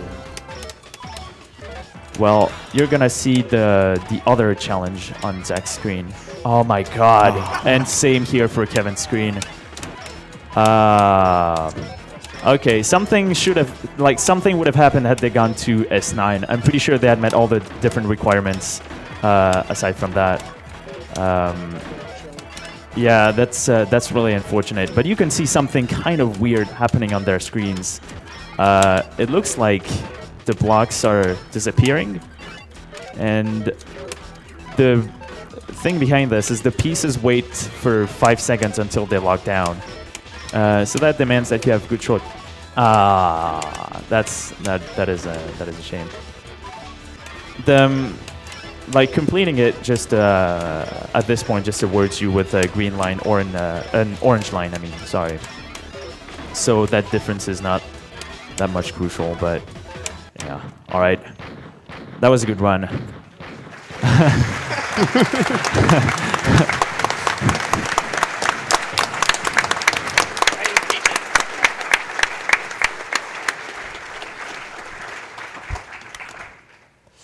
All right, then I guess we'll switch to the next mode of this game. So this is Tetris 2, the Grandmaster Plus, and there actually was a non-plus version that just had this mode, the Master mode, which is pretty much considered the main mode of the game, and normal mode, which was the easy mode. And then they made a new version with extra modes, and one of them is called the Absolute Death mode. I will try to play that mode. Okay. Spoiler, it is hard.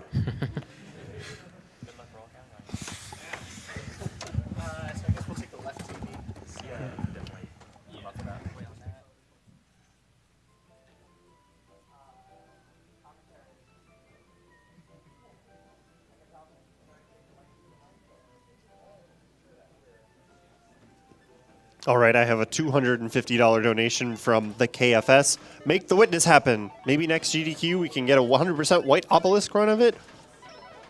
Also, I have a $5,000 donation from the Yeti.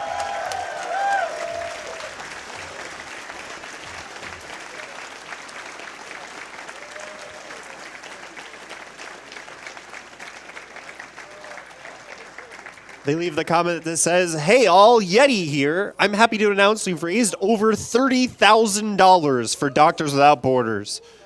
Can you put this 5K to complete the Phantom Train suplex and to load up a heartfelt talk with Dad?"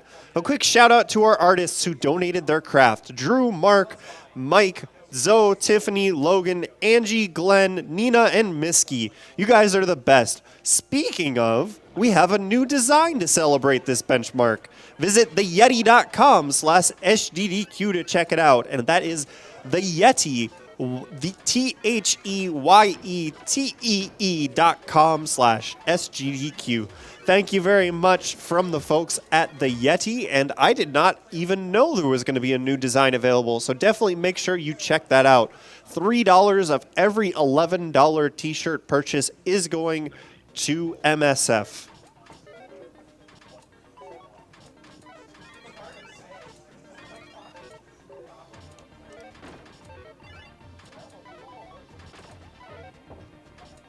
My apologies, apparently it was Ange instead of Angie.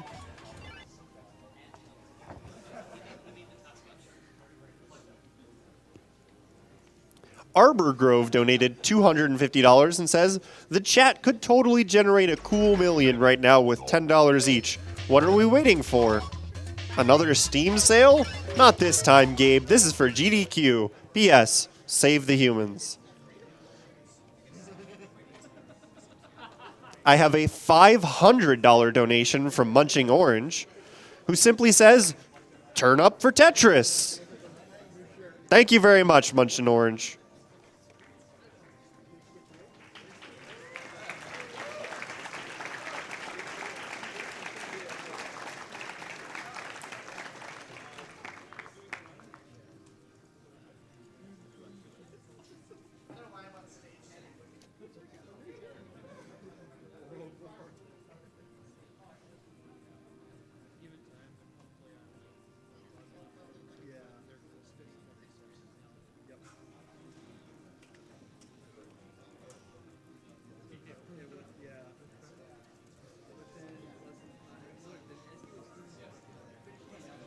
I have a $20 donation from NES Martin, who says, awesome SGDQ so far. Keep it up.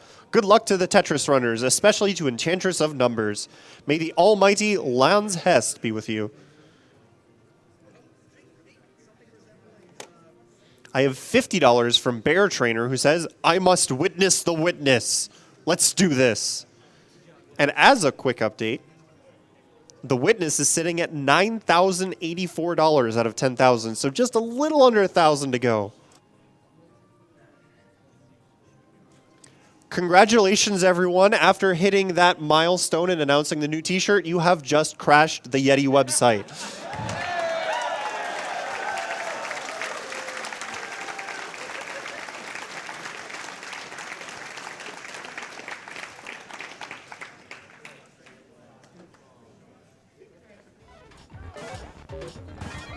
Okay. Check. I think we are good to go. Yeah. So Kevin DDR here again. Qlex, sorry, is who knew? He's gonna be playing the Absolute Death, which is what TA Death stands for. It's either that or Time Attack Death. I don't know. Who knows? The Absolute sounds better. It really sounds a lot cooler. Which was a mode that they added in the Plus version of this game. They released Tetris the Grandmaster 2, and then they were like, this isn't enough. So they sent out what I believe was a free ROM update to operators back in the day. Just a couple months later. Yeah. So you basically, even if you go to Japan, you will only see the Plus version of the game on location. Yeah, it's extremely hard to find a original The Absolute. Yeah, and I mean, it's pretty much a strictly worse game. Yeah. Actually, we would have gotten GM because the requirements are easier. Yeah, they are. All of the requirements for master mode are more lax. They I guess when they realized they were going to make an update to the game, so they're like, just make it a little harder, Yeah, and with the Absolute Plus, they also introduced some crazy off-by-one bug into the way combo scoring works in this game. So if you think comboing Tetris is a good thing back to back, it turns out actually it's not worthless. the best way to. Yeah, it's completely worthless. Okay. So let's But just we go. digress. But none of that matters because this mode has no grading system. So take it away, I guess. I'll count down maybe, or let's. I guess I can handle it. 5, 4, 3, 2, 1, go. All right. So this mode is the Absolute Death. It's very different. Now, it's really interesting. I would consider, we should maybe stop. Yeah, let's stop it. Nice. Hey. It's not Tetris if had some technical difficulties. Yeah. You already blew it. 49. Go back. Go home. Okay. Yeah, I think it is really amusing that, like, of all the games here, Tetris requires, like, thousands and thousands of dollars of arcade equipment to set up. And just over to play half a Tetris. mile of wire. Yep. Yeah, like, actually, literally. Okay, let's try that again. Hope you didn't have a good start, because you're going to need to do it again. So, okay. 5, 4, 3, 2, 1, go. So right off the bat, you'll notice The sweet red background. That's what you'll notice, actually. yeah, the sweet red frame. Each mode of this game has a different border, and this one is all like It's like bloody. it's like red and corroded or bloody or something, you know. And then you'll also notice the pieces are they're kind of appearing and then locking into place really fast. This mode of this game starts at 20G, which is it falls 20 rows in the frame. So basically instantly. Yeah, and like we were talking about, the other delays of the game get shorter with each passing section until halfway. So from level 500 to level 999, the timings are extremely fast. To give you a sense, from 500 to the end, you have 15 frames to place a piece from the time that it shows up until it locks. And so at 60 FPS, that's a quarter of a second. And actually, that's not even the worst part. The worst part is that the inter-piece delay, which is, like we were saying, the time that you get to buffer inputs. So you hold down a rotation button or you hold left or right, or sometimes both, you only have 4 frames to input those from makes the game 500 very to the slippery. end. And it makes the game, it makes the game very slippery. It's like, you lock a piece down and then almost immediately the next one is coming out. You can often do, it feels like it's just slip and sliding with the pieces. You like do something and then the next piece is like, woo, Yeah. The other not thing that causes is because that time is so short, they had to make the charge delay for the auto shift. So you hold left or right, it moves once and then it waits some number of frames and then keeps moving quickly. So I should point out he just hit level 300. That has a music change and significant speed increase. There's another for a player of his caliber, he can still play faster than the game, but it's not that safe because if you make a mistake or input something just a little too late, you'll find yourself with a big column of pieces where you don't want them. He was actually telling me, we hung out in Seattle at my place before GDQ, and he was telling me that he actually prefers to just keep manually locking the whole time because letting the game control how fast you lock pieces, like if you make a mistake, you're going to triple lock a piece or something, whereas if you're in control, when you know you've messed up, you're still ahead of the game and you can... it does actually make it a little easier. And so, for novice players, obviously, I mean, this, to a casual observer, this looks just completely ridiculous. But, once you play the game a little, you'll understand that, it is possible to place the pieces this quickly. And actually, 300 is a big wall for new death players. But once they become able to manually lock it, it becomes a lot easier. So I know I found that. He just passed level 500. Yes. Level 500 is the only real, there's a requirement in the game that you hit it in under 3 minutes and 25 seconds, and you can see he was well under that. Very good pace. Yes, good players do not really have trouble with that, which is called the counter stop or torikan. And so from here on to the end, like I was saying, he has 15 frames per piece to place them, 4 frames between. The line clear delay, gives you 2 frames of breathing room or something just minuscule. And so what I was saying earlier is because all of the timings are so short, they had to make the delay before the piece moves automatically really fast. And so if you hold down left or right just a little bit too long, the piece will start moving left or right faster, more than you wanted it to. And so which also contributes to the slip and slide feel. The slipperiness, yes. Okay, so this is looking pretty good, except he just cleared that level stop. Now, even getting this far in the game is something I do probably once in 50 or once in 100 games. So same here. Really great that he has made it this far. Yeah, and it doesn't get any faster from level 500 onwards, so it's just an endurance test. Yeah, just have to tell yourself that. It couldn't get any faster in TGM2. Yeah. TGM3, yes, but... Yeah, the way this game works, because you only have one preview, there's only so much safety and assurance of what the future holds that you have.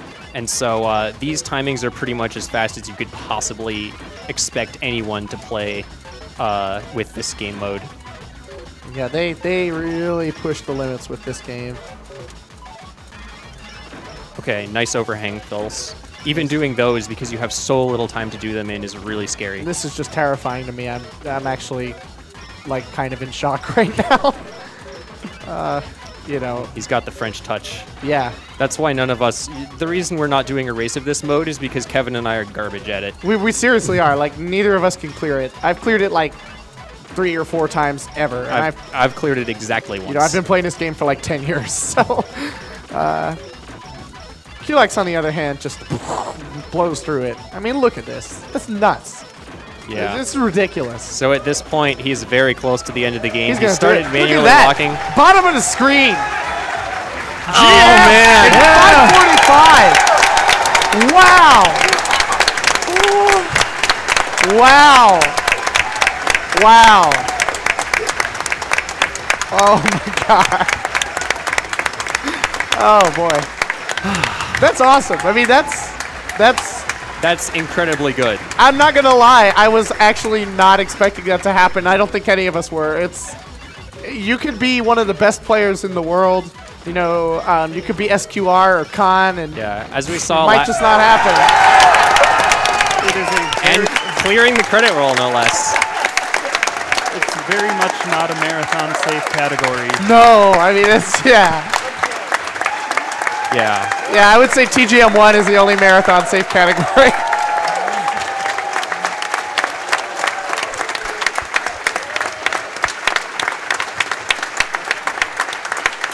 And y'all, It's gonna go on The whole for a bit, room is isn't it? standing. Yeah. we'll just, yeah. Well done.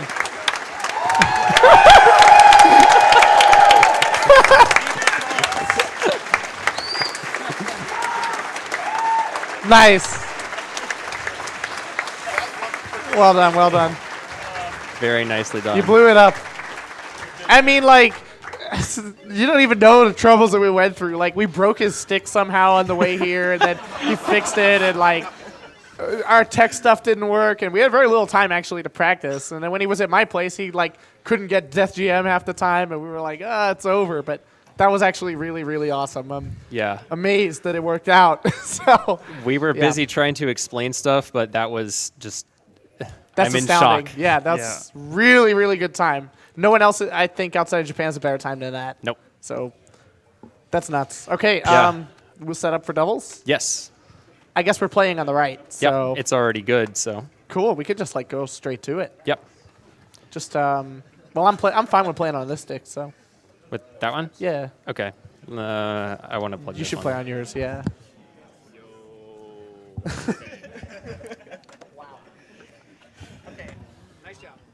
I do have a couple quick donations while they're swapping around. I have a $50 donation from Mind's Eye. Shoutouts to the TGM crew. Good luck with the runs. And to do a quick update, we are sitting at $2,846 out of $6,000 for the heartfelt talk with Dad.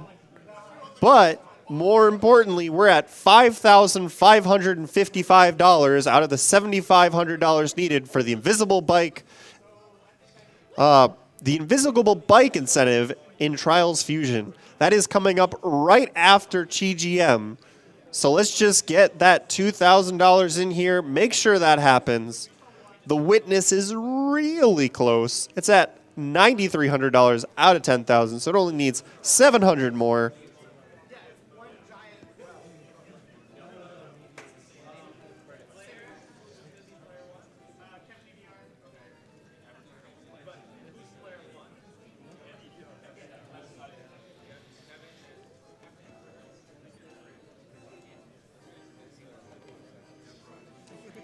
I have a $110 donation from Aaron Santix, who says, the one time I played Tetris as a kid, I cried and got a headache.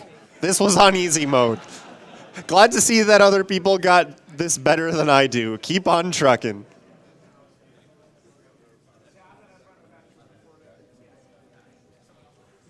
Philco donated $150 and says, y'all blow me away every year. Keep up the incredible work. Stan171 donated $100 and said, let's see all the tricks in the witness. Greetings from Norway.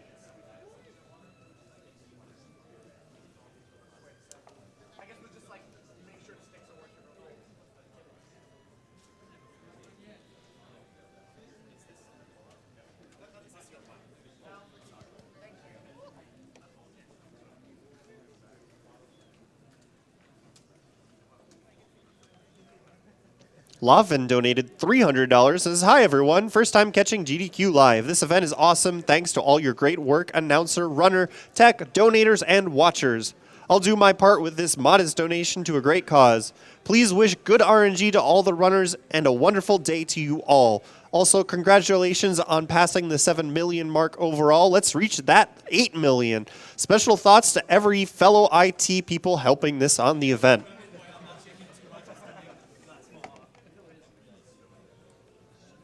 And for an update for those of you who were not around before when I was talking about that, if we can reach $1.2 million by the end of the event, just a little bit over, we will pass $8 million raised across all Games Done Quick events. I think that's a really good goal to shoot for.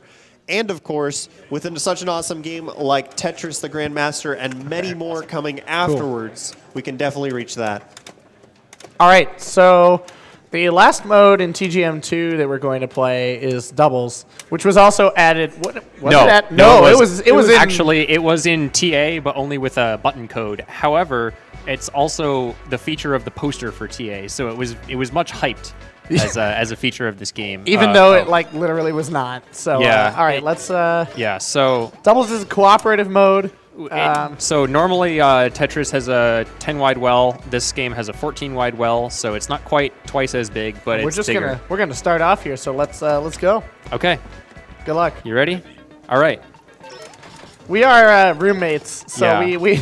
we do get to practice Okay, this I'm gonna game a clear little that. bit. So we have left And commentary clearing mics this. on ourselves because it's kind of funny to listen to Yeah, people talk it's about amusing to hear us yell at each other about what we're trying to do. Okay, going over. this. Okay, yeah.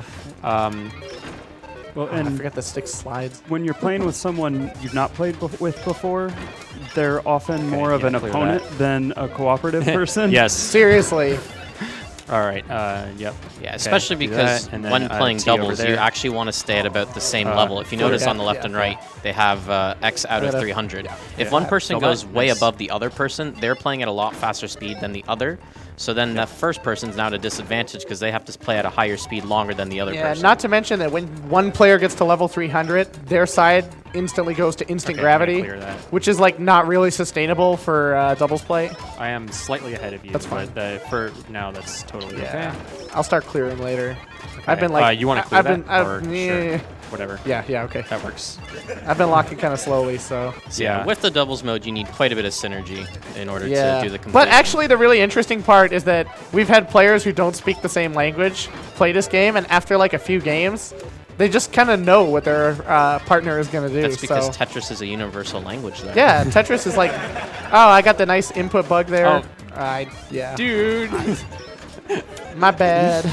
All right, let's try and clean this up. Yeah, we 'cause, need to, 'cause- So I'm ahead of you too. Okay, I'll try and get to the low gravity.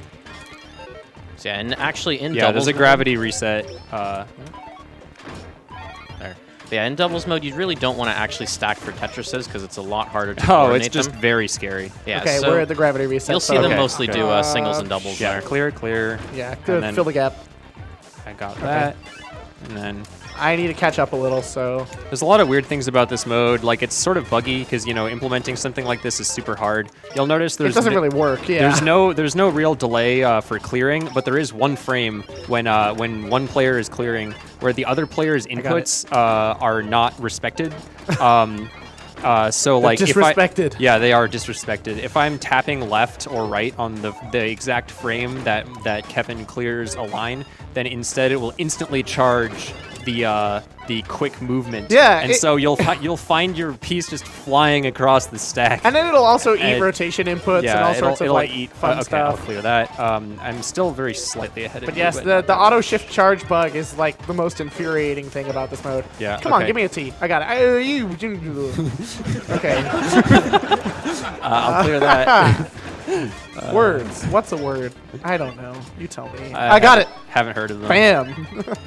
Oh, you can also get confused about which piece is Oh yours. man, yeah. Especially if you cross the streams Yeah. too much. Yeah, crossing the stack a lot is kind of. I should really clear it. I got it. Okay. You got that one. Yep. I'm behind by a little, but I think we're fine. And Yeah. the pieces don't pass through each other. So Yeah, if you you're can- both going for the same hole, you can end up blocking it, so neither of you get the piece in the Nice. hole. Okay, now we're synced totally. So just keep playing. Yeah, it's like that T-shirt. Yeah, the Pacific Rim shirt, which Yeah. they made for last Where SGDQ, which is What's it actually called? Like drift level or something? yeah, it drift compatible. Drift compatible. Yeah. Yeah, that was a great shirt. I was I'm sorry, really, I'm really sorry. happy to see that. Okay, yeah, so he blocked the well there, but it wasn't too bad. So, I should mention Oh Jesus. Okay. this mode ends at level 300. So when both players have hit level 300, that's the end. I'm behind you now because I've been playing slowly.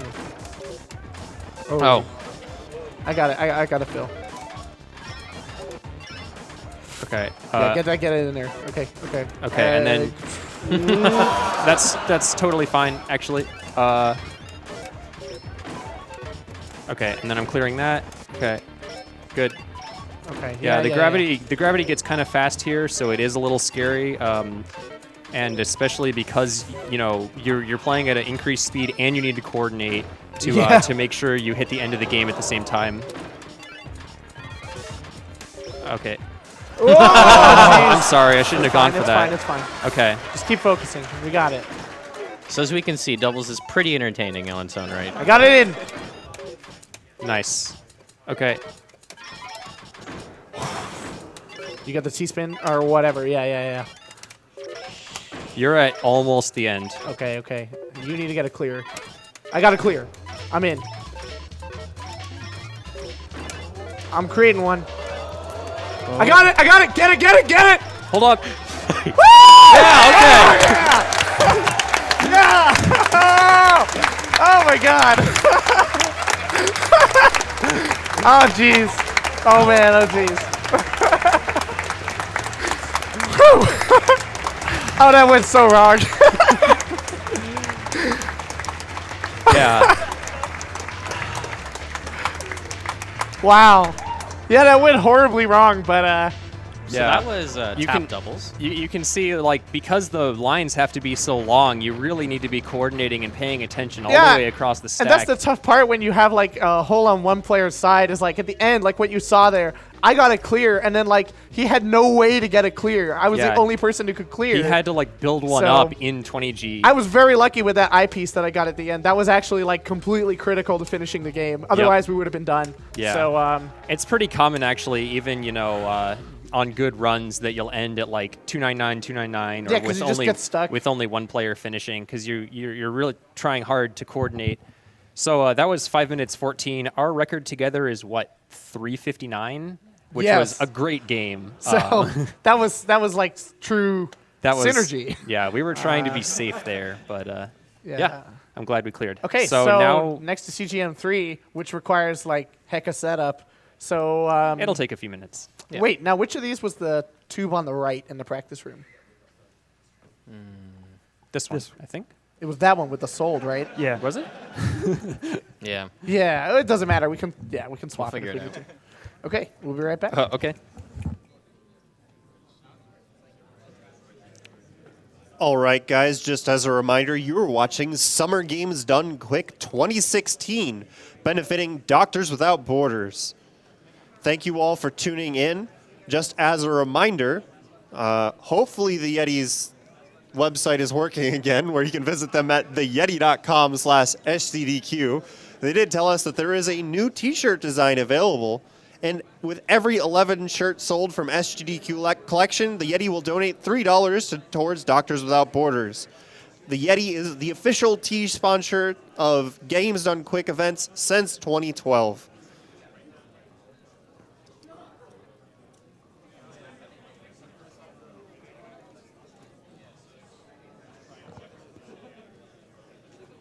So I do have quite a lot of $10 donations from people in chat stepping up towards that, everyone in chat donating $10. I can't possibly read all of them, but I'll give you a quick sample. We've got Jerd Degree, Mission Zero, Cloud Rain, several anonymous donations, and many, many more. Thank you everyone who's donated so far. Keep them rolling. We are also slowly creeping up on the witness. I realize that everyone's glued to their screen during Tetris, but we are just about there. We're at $9,437 out of the $10,000. Just a little bit more than $500 to go. A Heartfelt Talk with Dad is at $2,926, so just a little bit more than $3,000 to go on that one. And, of course, we did open up the bonus low percent run by Rezifos for Super Mario World, which is almost at $1,000 out of the $30,000 required, but we have all the way until tomorrow for that one. But I do have quite a few more donations here to read. So let's burn through a couple of these while they're doing setup. I have a $50 donation from Gary that says, I have one question for QLEX. How? Donation goes to his choice. Thank you very much, Gary.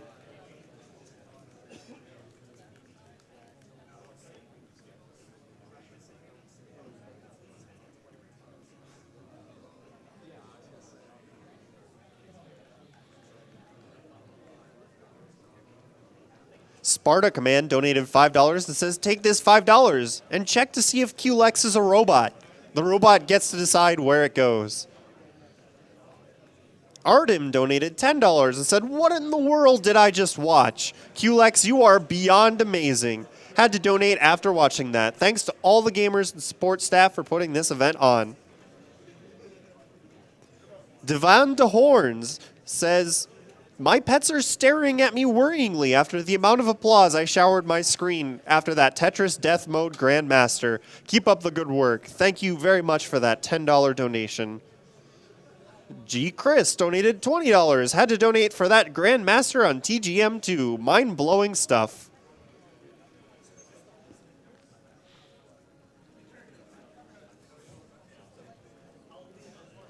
MG37 donated $50 and says, these TGM guys are clearly machines. There's no way a human could play Tetris like that. Someone check their necks for screws.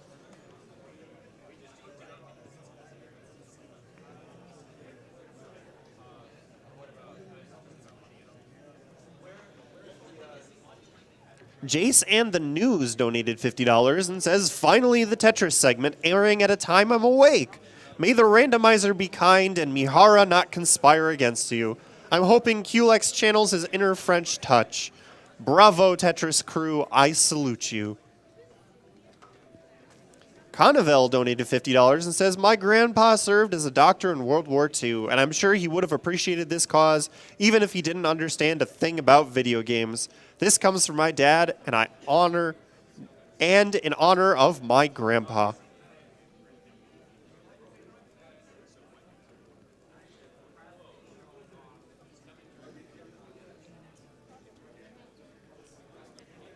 Copen 2007 donated $50 and said, I had to donate for the Super Mario World bonus low percent run because I love this game. So the more Super Mario World, the better. Also, good luck to all runners and greetings from Germany.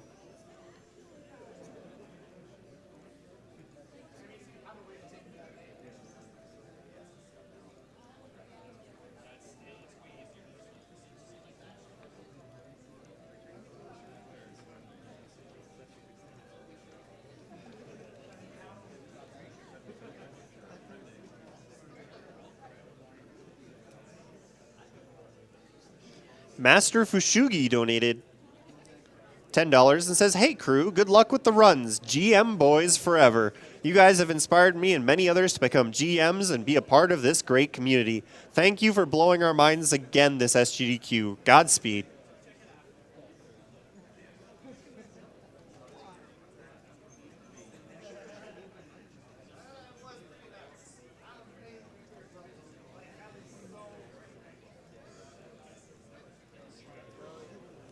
Nine Spaces donated $13.37 and says the TGM crew proves each year that aliens are among us, because there's no way a human could do that. I, for one, welcome our QLex overlord.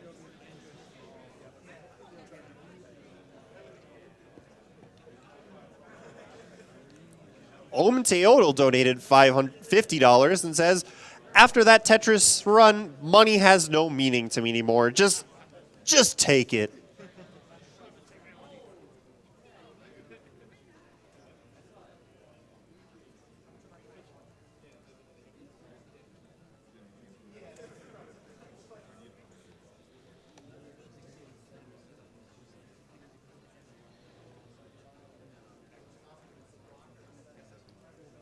I have an anonymous $20 donation that says, wasn't planning on donating again today, but how could I not after that mind-blowing clear of TGM2's TA death mode? Simply amazing. No, I'm from Cleveland. I'm trying to just wait for my freelance job.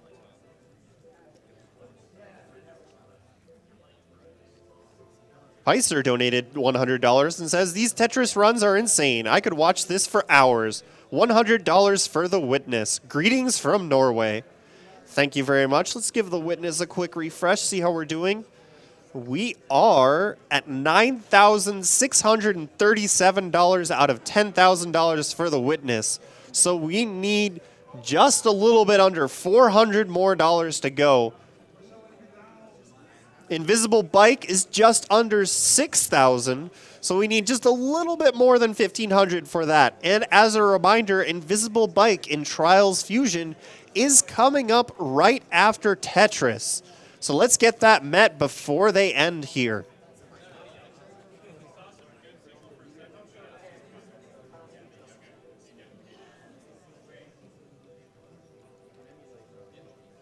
I have $500 from somethingartistic.net. Hey all, it's always mind-blowing to see the TGM runs, and this year is no different. Let's put this $500 to help out the Heartfelt Talk with Dad incentive, since Fallout is one of our favorite series. Looking forward to more awesome runs today and the rest of the week. And since they were so kind to toss some of that money towards us, let's remind you all about somethingartistic.net.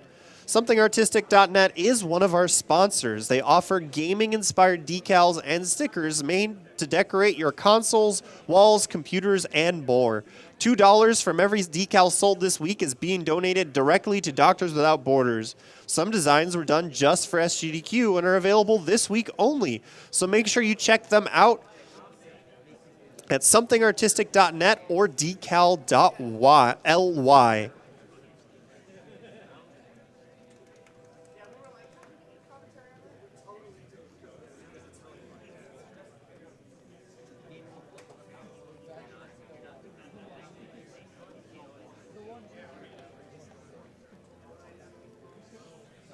I have a $65 anonymous donation that says, "Hey Grills, your cousins in Ohio are watching from the couch. Impressive ability to commentate while Tetrising."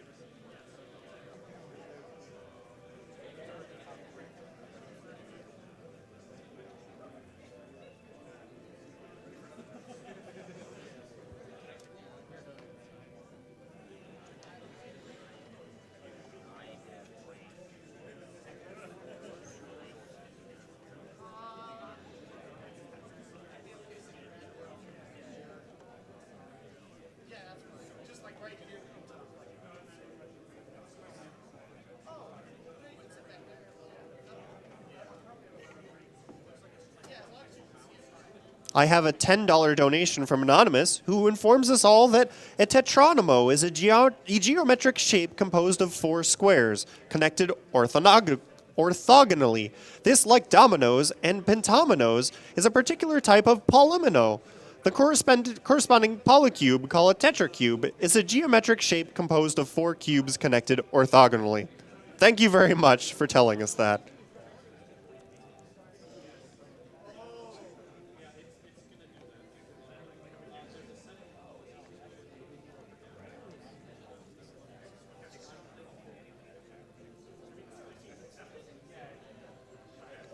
We have a $50 donation from Josh the Valiant, who says, "The Witness, huh? Yeah, I'll pitch in on that." We are sitting at $9,717 out of $10,000 for The Witness. So we need just $200 and just a bit more. We're so close. No, I don't want to finish my math. Math is hard. I got Spike Vegeta doing hard math for me. Where is it? $282.36, man. Come on. $282.36. Thank you, Spike. You can clap for that.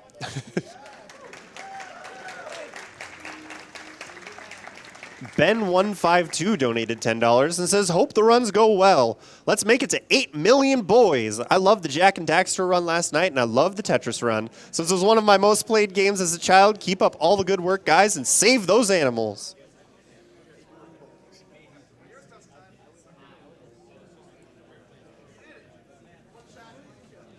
Wormberg donated $256 and says, "Great event for the noble cause of patching up the evil we do to each other. Owl hype to the writers who keep us entertained all year round."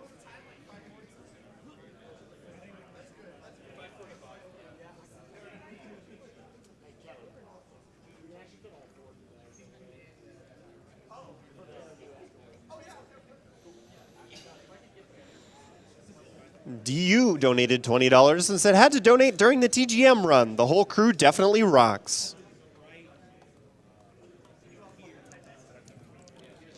The Witness just jumped up to $9,927.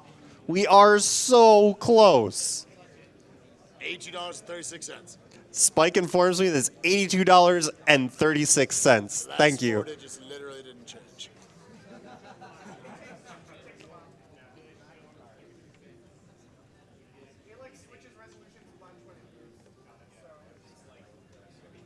Warboy donated $200 and says, I live, I die, I live again. Make sure the Witness run isn't mediocre.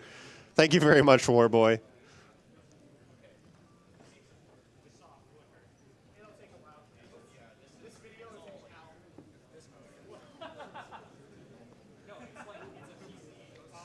Oh boy, we've got a tongue twister here. Let me try and get this one. I have a $10 donation from Enifan194 that says, she sells seashells by the seashore, but the shells she sells are seashells for sure. Thank you very much.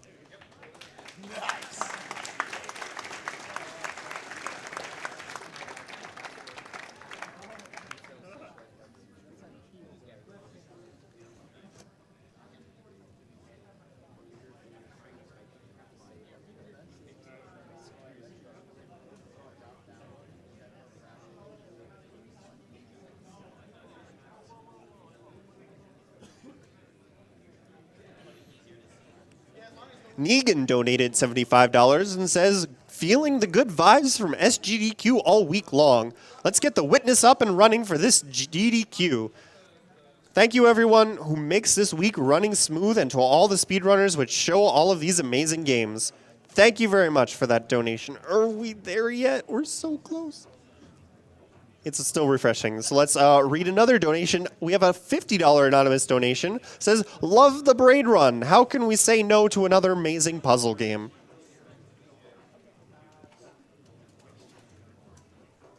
John Jammin says, wait, there's a challenge to donate for a chat to donate $10 each. Here's my contribution. Let's do it. Thank you very much for your $10. And the Witness has been met.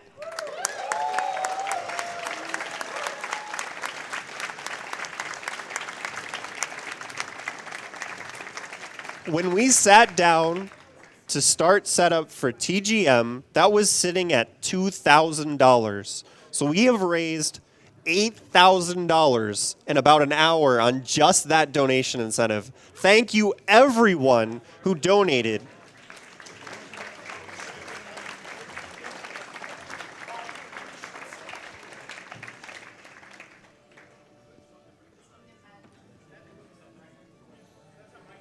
So the next thing we really need to push for is the invisible bike incentive in Trials Fusion, which is coming up next.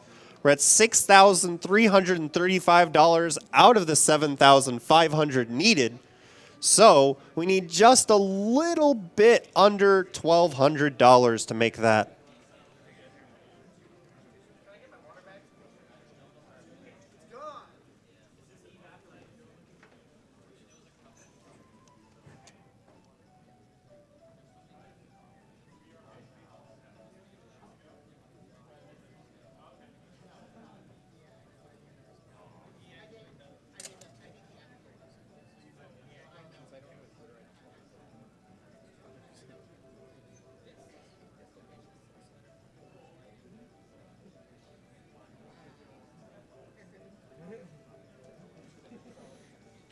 I have a $20 donation from Beta214 who says, I used to watch my grandma play Tetris 2 on SNES growing up.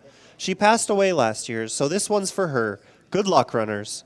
Thank you very much, Beta.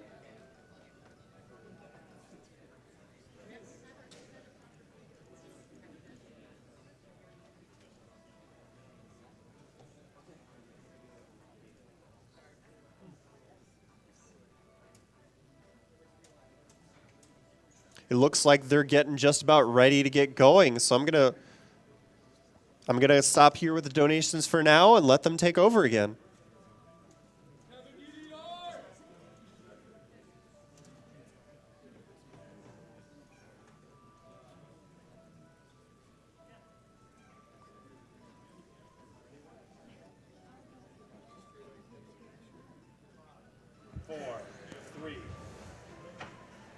Okay. I'm back again. Kevin DDR. Aperture Grills. Yep. Clicks. Enchantress of Numbers. Thank you. And here we are with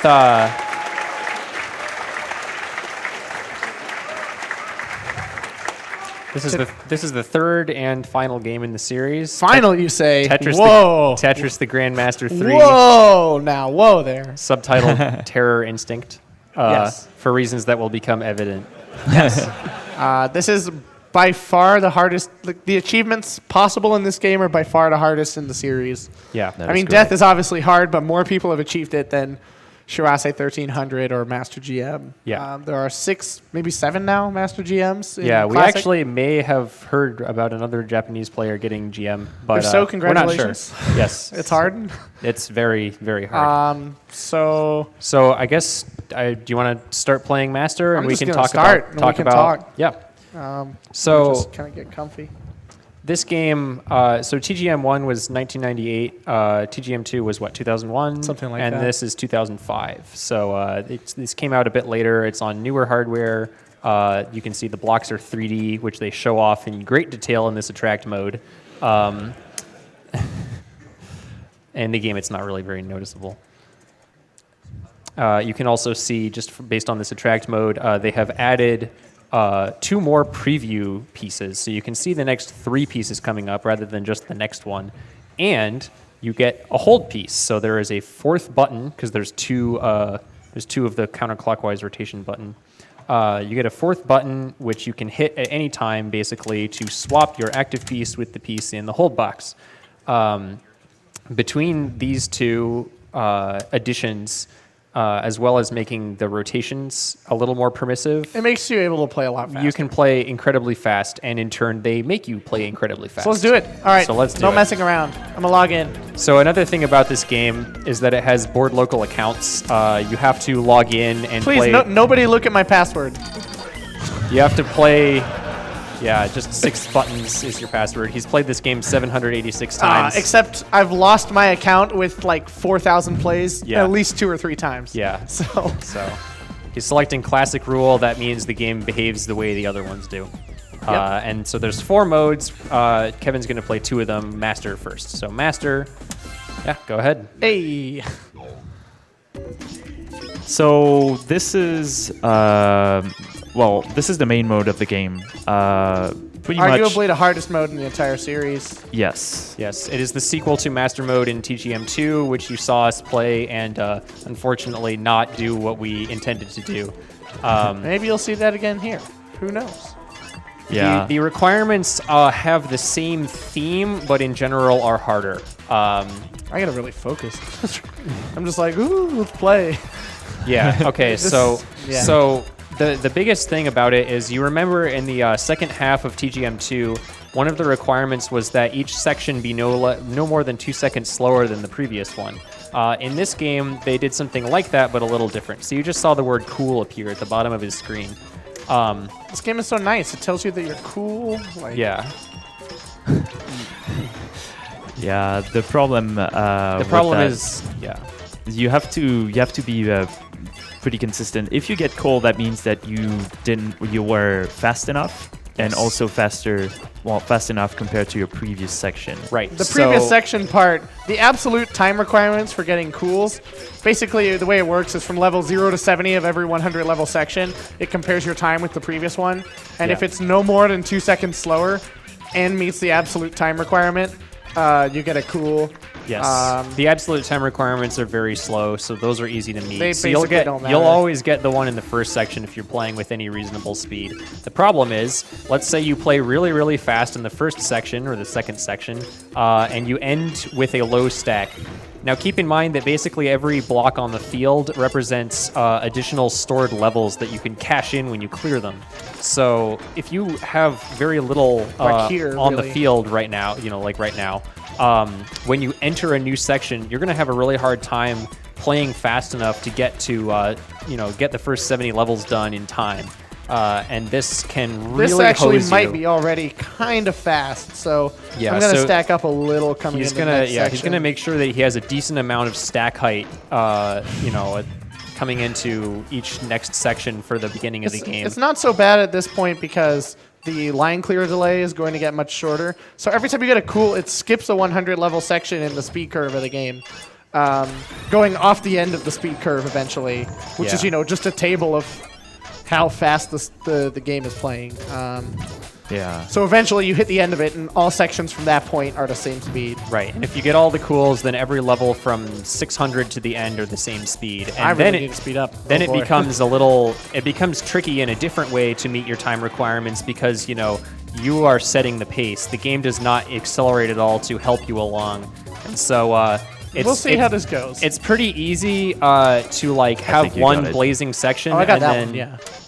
Have one blazing section and then mess up in the next one, and your recovery takes too long and you miss the cool. If you play close to your true potential, you could cause problems for yourself. So here in particular, he could play a lot faster in this section than he is, I am but not he's gonna make sure that he doesn't because it's just an easy way to hose himself. I don't want to repeat of SGDQ. So it's in a way, it's counter to the whole speed aspect of the game because theory, it requires it's not, consistency. But if you are the best player in the world, then you will just play extremely fast and not make any mistakes or fix them immediately, and it'll all be fine because 2 seconds is glacial. But 2 seconds is not glacial; it's very short. Yeah, I guess I could add another detail. You see the levels. Normally they add by 1 at each line cleared. But here you get bonus levels if you clear triples or Tetrises. A Tetris is worth 6 levels.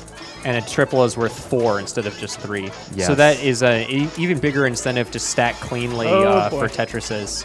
Yeah. So now he's sped up a bit because the game is sped up a bit. And so here from 600 to the end, it'll be the same speed. And so it really emphasizes clean stacking, fast play, and fast and consistent play. All right, guys, I might need you to keep it down for a minute. If it's okay with you. Yeah. Yep. We can talk again at 900.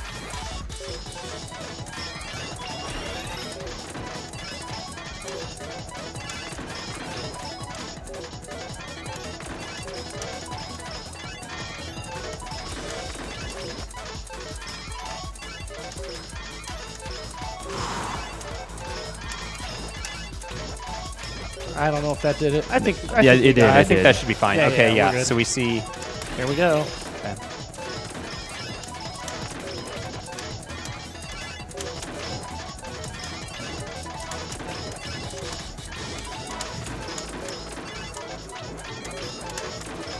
I don't know if that's good. I think we're good. That's Yeah, fine. it should You're be totally fine. fine, especially Yeah. because you cashed out those levels. Oh my god. Okay. That was So there's Okay, so now we will see something special at the there's end no of the game. cool for the last section, which is like the one nice thing they did. So he still has to stack for Tetrises because just like in the second game, there's the same internal grading system. You just don't see it. You just can't see what grade you're at. You just have to Who guess. knows? It's a mystery. We'll never know, actually, what my grade is without the credit roll. Yeah, because the credit roll All right, also here we adds go. grades. Okay, here it is.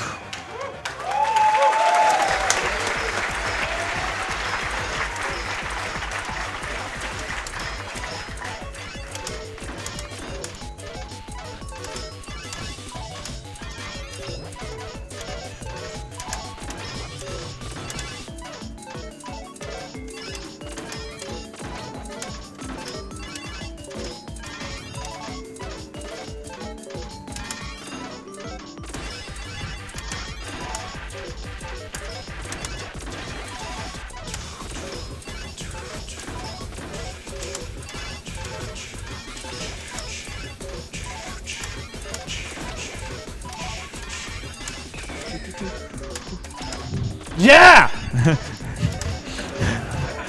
That was critical. You don't even know how critical that was.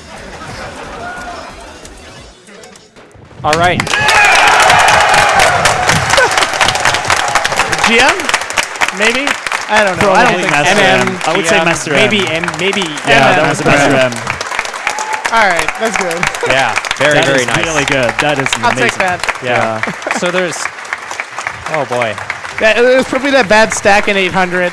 And you only got one Tetris. one in Tetris, it. yeah. I would Yeah. say that's the one. So- I had a real biff at the start. Yeah. Yeah.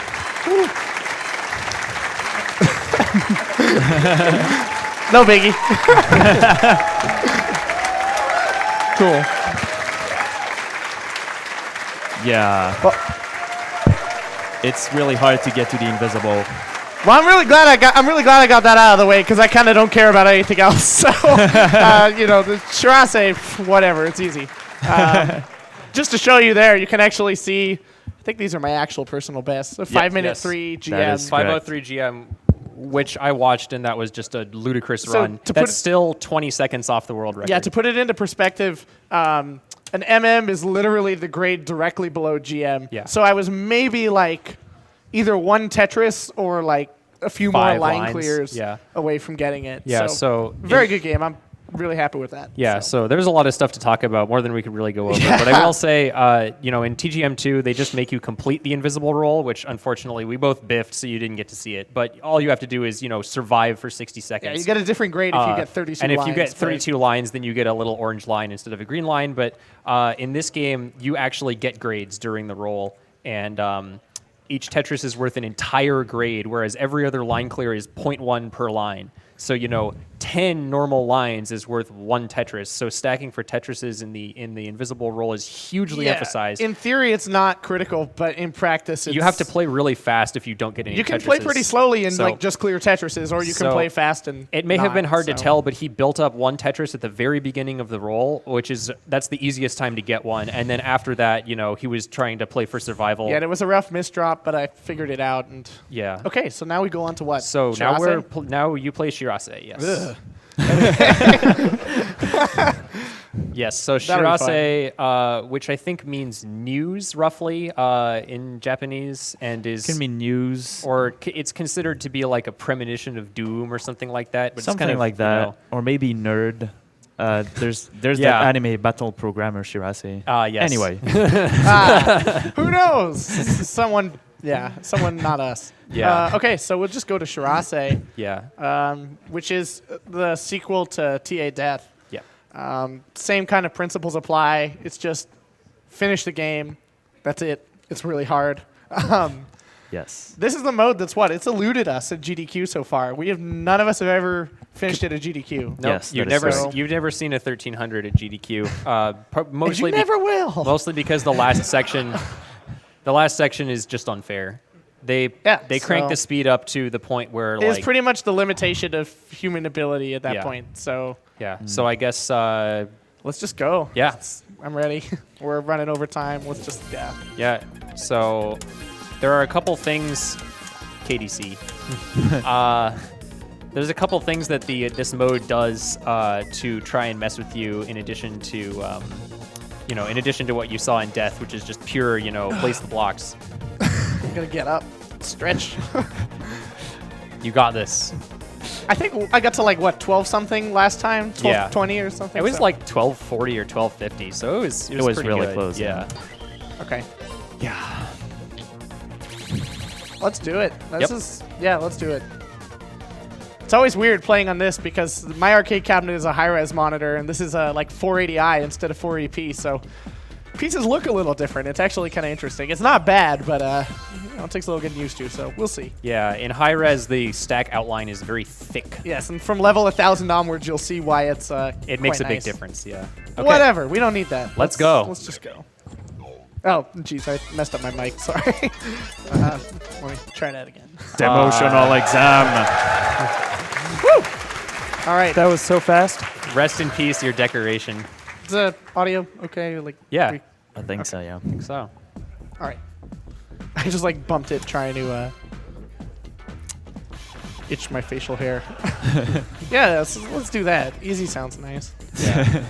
This is actually one of the harder modes. It is incredibly hard, actually. yeah, none of us no really Western player is super good at it. Maybe Color Thief, actually. Yeah, Color yeah. Thief is, but He's broken it down a lot. To I'm try sure and he wouldn't understand admit how it. works. I really wish he was with us. Yeah, he's Today. super Same. fun to hang out with. Great Shout outs guy. to Color Thief. If you're watching right now, we miss you. So, Yeah. right, I guess, it looks pretty much like you saw the end of Master look to start off with. He's just placing the pieces in 20G. you know, it's like death, except that basically it starts later in the death speed curve and it gets even faster. I just like to also, while I'm like not really paying attention to the game, give a quick shout out to everyone who supported me to get here, everyone who even watches the channel. Without you guys, you know, none of this would have ever happened, and it really means a lot to me. I never thought this game would have more than like 2 people who care about it. All right, So, now place the blocks. I got it. It's easy. Put the block. Yeah. All right. So there's a time requirement for level 500, which is 2 minutes and 28 seconds. Yes. We'll tell you I'll if need he's it. on pace. Yeah. It's hard. I mean, you see him on pace. in death, generally by the time players are skilled enough to survive to level 500, they are either close or fast enough to make. Yeah, you're well on the pace. Toricon. And at level 300, the game really opens up. You can play quite fast. Yes. So I'm going to do that for a little while it doesn't cause me to game over. Yeah, and what I was saying is in Shirase, on the other hand, most players will be able to reach level 500, but it'll take like over 3 minutes, and then then you need to cut off tons and tons of time. I remember those days. Yep. I mean, it took me months of constant play after I could survive that You far. still miss it sometimes. Yep. I mean, it's Usually hard. it's like 2:28.11 or something. It's hard. Like it's much faster than the pace the game forces you to play at. Yeah, so it's basically a just under 30-second per section pace because there's 5 sections, before the level stop, and This is kind of getting ugly. and it's getting a little Swiss cheese right there. Yeah. But that's okay. So this is the second half, and Yep, something. so he made it. Yeah. 217. Something kind of peculiar is going to happen as we speak. Yeah, Very remember soon Tetris now. Attack? That game was real cool with the garbage, right? Where it's stacks up from the bottom. Let's do that. I actually have a good pattern, so Yeah, that's we're, good. So the big deal with this garbage is that it clones your bottom row, and so it's very important to have a clean bottom row. If your bottom row has multiple holes in it, especially ones in the middle or widely spaced, it's like really, really, really hard to deal with that. you need to fix it ASAP. That's why I'm also not completely clearing down to the bottom. I probably Yeah. could, but it's not really it's not marathon safe. Yeah. Yeah. There, I'll use a speedrun term. Yeah. The other thing is, because of the level bonus that QLX mentioned, it is beneficial to stack for Tetrises. Yeah, that actually makes the 500 requirement a lot easier if you're clearing lots of Tetrises. Yeah. Otherwise, it's That's quite right. rough. tough. All right, so maybe now I need to focus a little. You guys can talk. I just can't. So Sure. Fair enough. So yeah, we're seeing the speed. Oh yeah, that happens. tends to happen. It's you just easy. like You get just, get a bunch of pieces, locking on top of each other. Because like what happened there is he tried to lock one piece, but the game had already locked it just we barely. just fix it. And so then he locked the next piece immediately on accident. Yeah, a little more lag on the Capcom I/O. Oh, okay. Blame the hardware. That's what I do. Yeah. This game, ironically enough, even though it demands the most of the players, it has the most input lag on the By hardware. far. Like twice as much as TGN2. The difference between like 500 and the section you're currently watching is the speed at which the garbage rises. It rises much faster now. Yes, it rises most quickly in this section, and then it will stop at level 1000. All right. Now I need some peace and quiet. I think. All right. Yeah. Yes. Sure. Thank you, guys.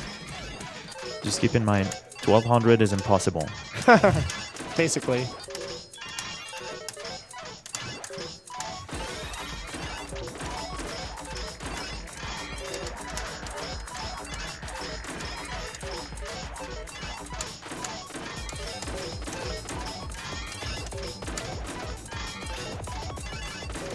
Whoa. That was not intentional. Actually worked out.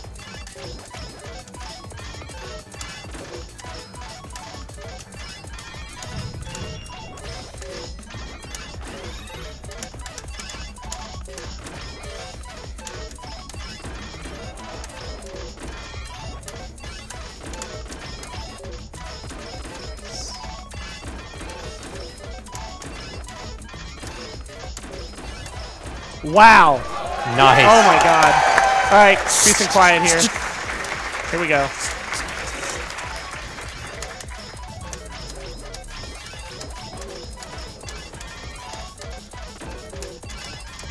Yep. That's sort of what happens. Is like if you make one misdrop coming into 1200, it's just over. So Yeah. that's good. I feel good about that. Yeah, that was definitely satisfactory. Most Yeah. importantly, I'm done, so I feel good. You made it to 1200, which was really, that's what I was hoping. I mean, I've watched Kevin play countless games of this, and like probably more than half of them make it to 1200, and then just exactly almost like none of that, them make it to you know. 1300. So. Yeah, because what happens is, you know how I was talking about at the end of Death, you have 15 frames to place the piece. At the end of Shirase, you have 8. It's twice as fast as Death gets, which is you only have a few frames to charge the auto shift, so it's really You barely have moved. if you make a mistake, you're yeah. done. Like it's really hard to get back on track. Yeah. Yeah. So we'll turn it over to Yeah, Pucci, so I guess. we have one more thing to show you, But which wait, is there's a one little more different. thing. And it's not anything. Nothing special. Yeah. I guess This is like not complex at all. we'll have extra setup, and then we'll explain what it is. Yeah, I mean, Yeah. is there So much let's- in the way of setup? audio switch. Sure. I need the 40 stick and my lap. Yes. So just a quick update. The Invisible Bike donation incentive for Trials Fusion is sitting at $7,144 out of the $7,500 needed. Come on, let's push that over before they finish, guys. We also have a $500 donation from Fangamer. Says, this year's Grandmaster block is so hype. Here's $500 towards the witness, which is what pushed it over. Thank you very much, Fangamer.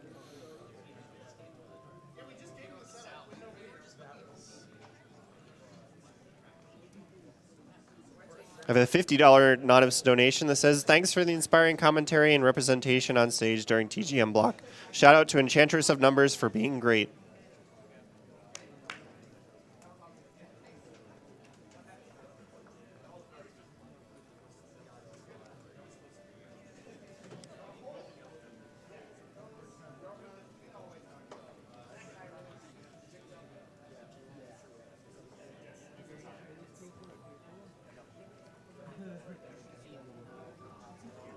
Jeremy65 donated $20 and says, the Trials doesn't get enough love at GDQ events. Let's show that invisible bike off.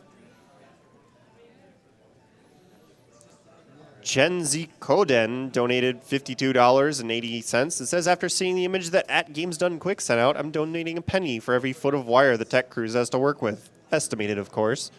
Please put this to the tech crew's choice of save or kill the animals.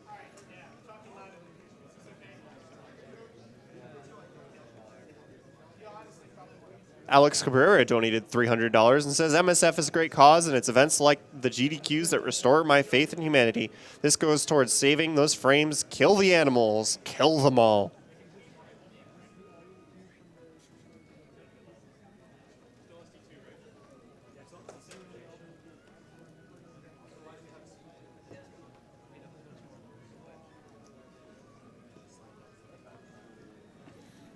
McGwiggles donated $30 and says, nice work with the runs, everyone. One of my favorite events of the year, and I'm happy to donate to it. Thank you and everyone else who has donated so far.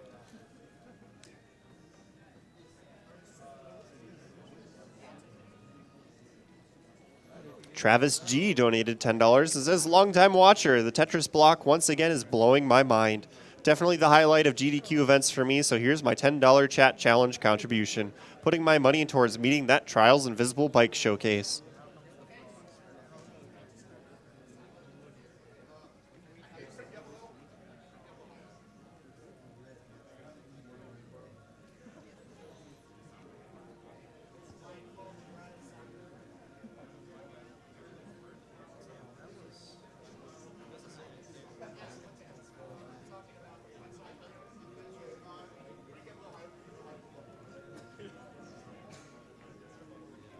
Sally D donated $50 and says, this is my second year watching SGDQ. Happy anniversary to D and Lofi in the audience. Let's reach that invisible bike incentive.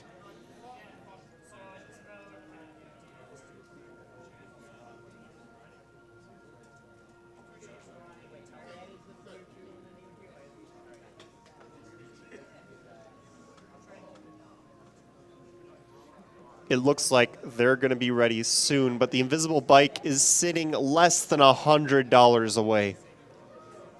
Let's get that met, guys. It's at $7,426.95.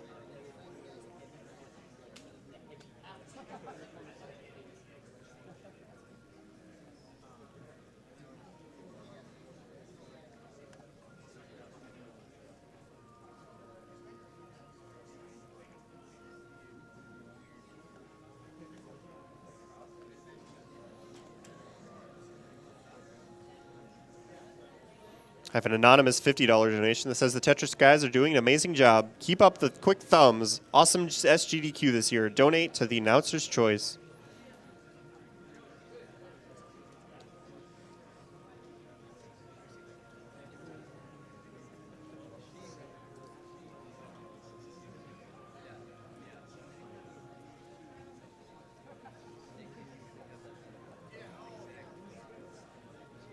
Maya Hall donated $50 and says, was waiting for something legendary to donate for, and after that Tetris run, I am speechless. Take my money and save the animals.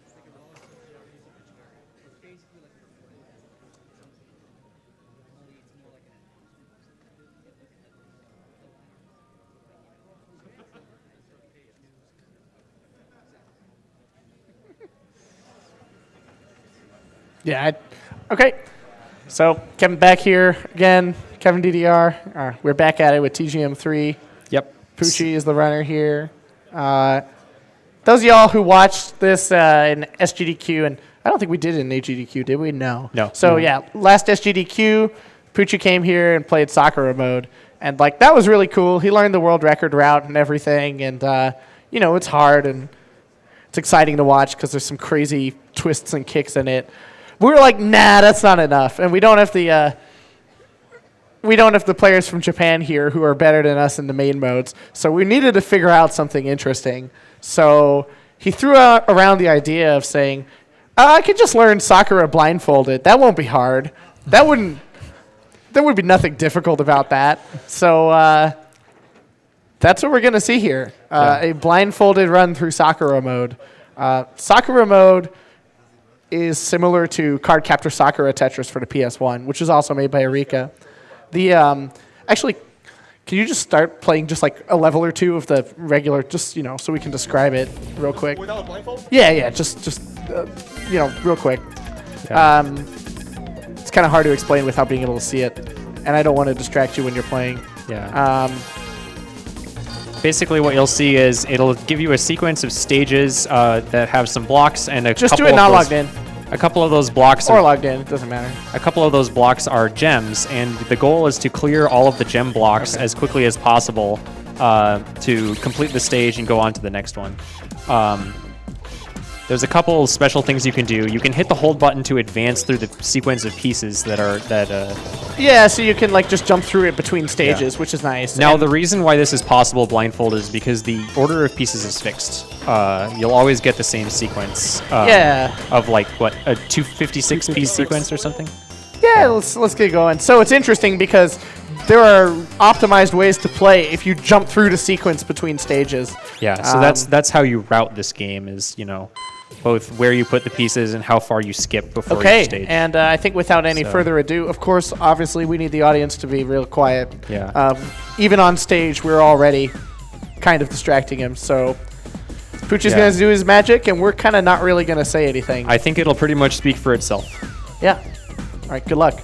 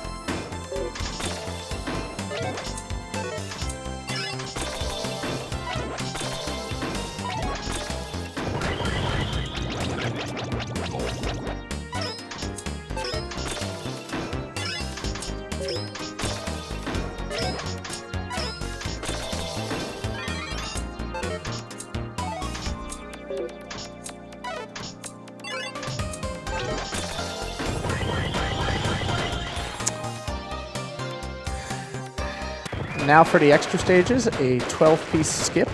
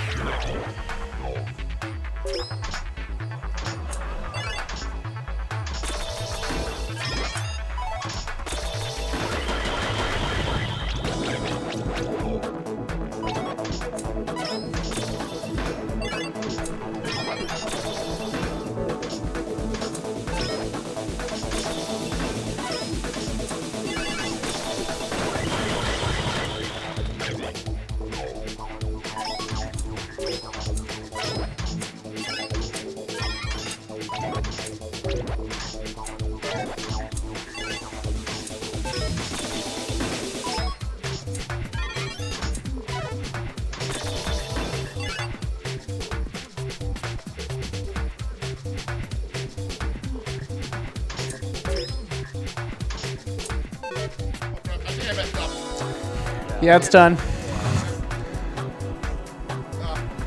All right, I guess that's it. Yeah. Wow. Very well done. Yeah, he made it that far with no mistakes. Yeah, there were 3 stages left, and yeah, pretty much if you make one mistake, it is done. So everyone congratulate Poochie on that. That's just absolutely nuts. I was terrified the entire time.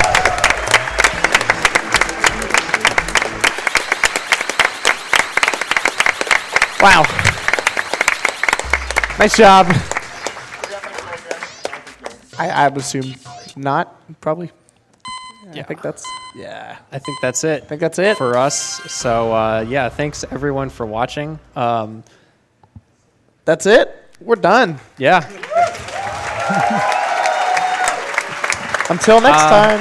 Before we leave the stage, yeah, one quick thing.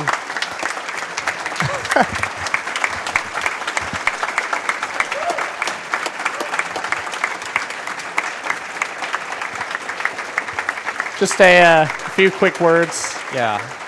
I guess. Yeah, so TGM, since there, it seems, will not be another game, we will probably not be coming back to GDQ for it for a while. So I just wanted to say thanks so much to the GDQ staff, to QLEX, who initially had the idea for submitting to the event, to everyone, the Power Up Audio guys, the World 9 guys, everyone's been super accommodating with our crazy hardware setup. This blew up our game like so hard. Yeah. I mean, Enchantress, who was playing in our TGM1 race, only started playing after AGDQ 2015. Yep. And now she can reliably get GM, so. Yeah, it's been a real crazy journey. And, as always, show your support for TGM on Twitter, #TGM_series. Thanks to Eureka and everybody for making this game, for letting us play it. They haven't stopped us yet. Yeah, check it out. It's a great game, and we love it. We've dedicated 10 years or more to playing it. And, yeah, it's a real treat to get it to show it off to a bunch of other people who can appreciate it. It's been absolutely crazy. Thank you all very much. Yeah, thank you.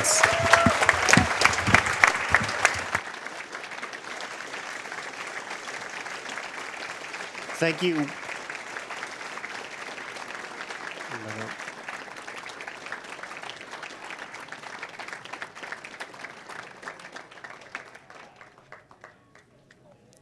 Thank you one more time to Kevin DDR, Aperture Grills, Enchantress of Numbers, QLEX, and Poochie.exe, as well as the rest of the TGM crew.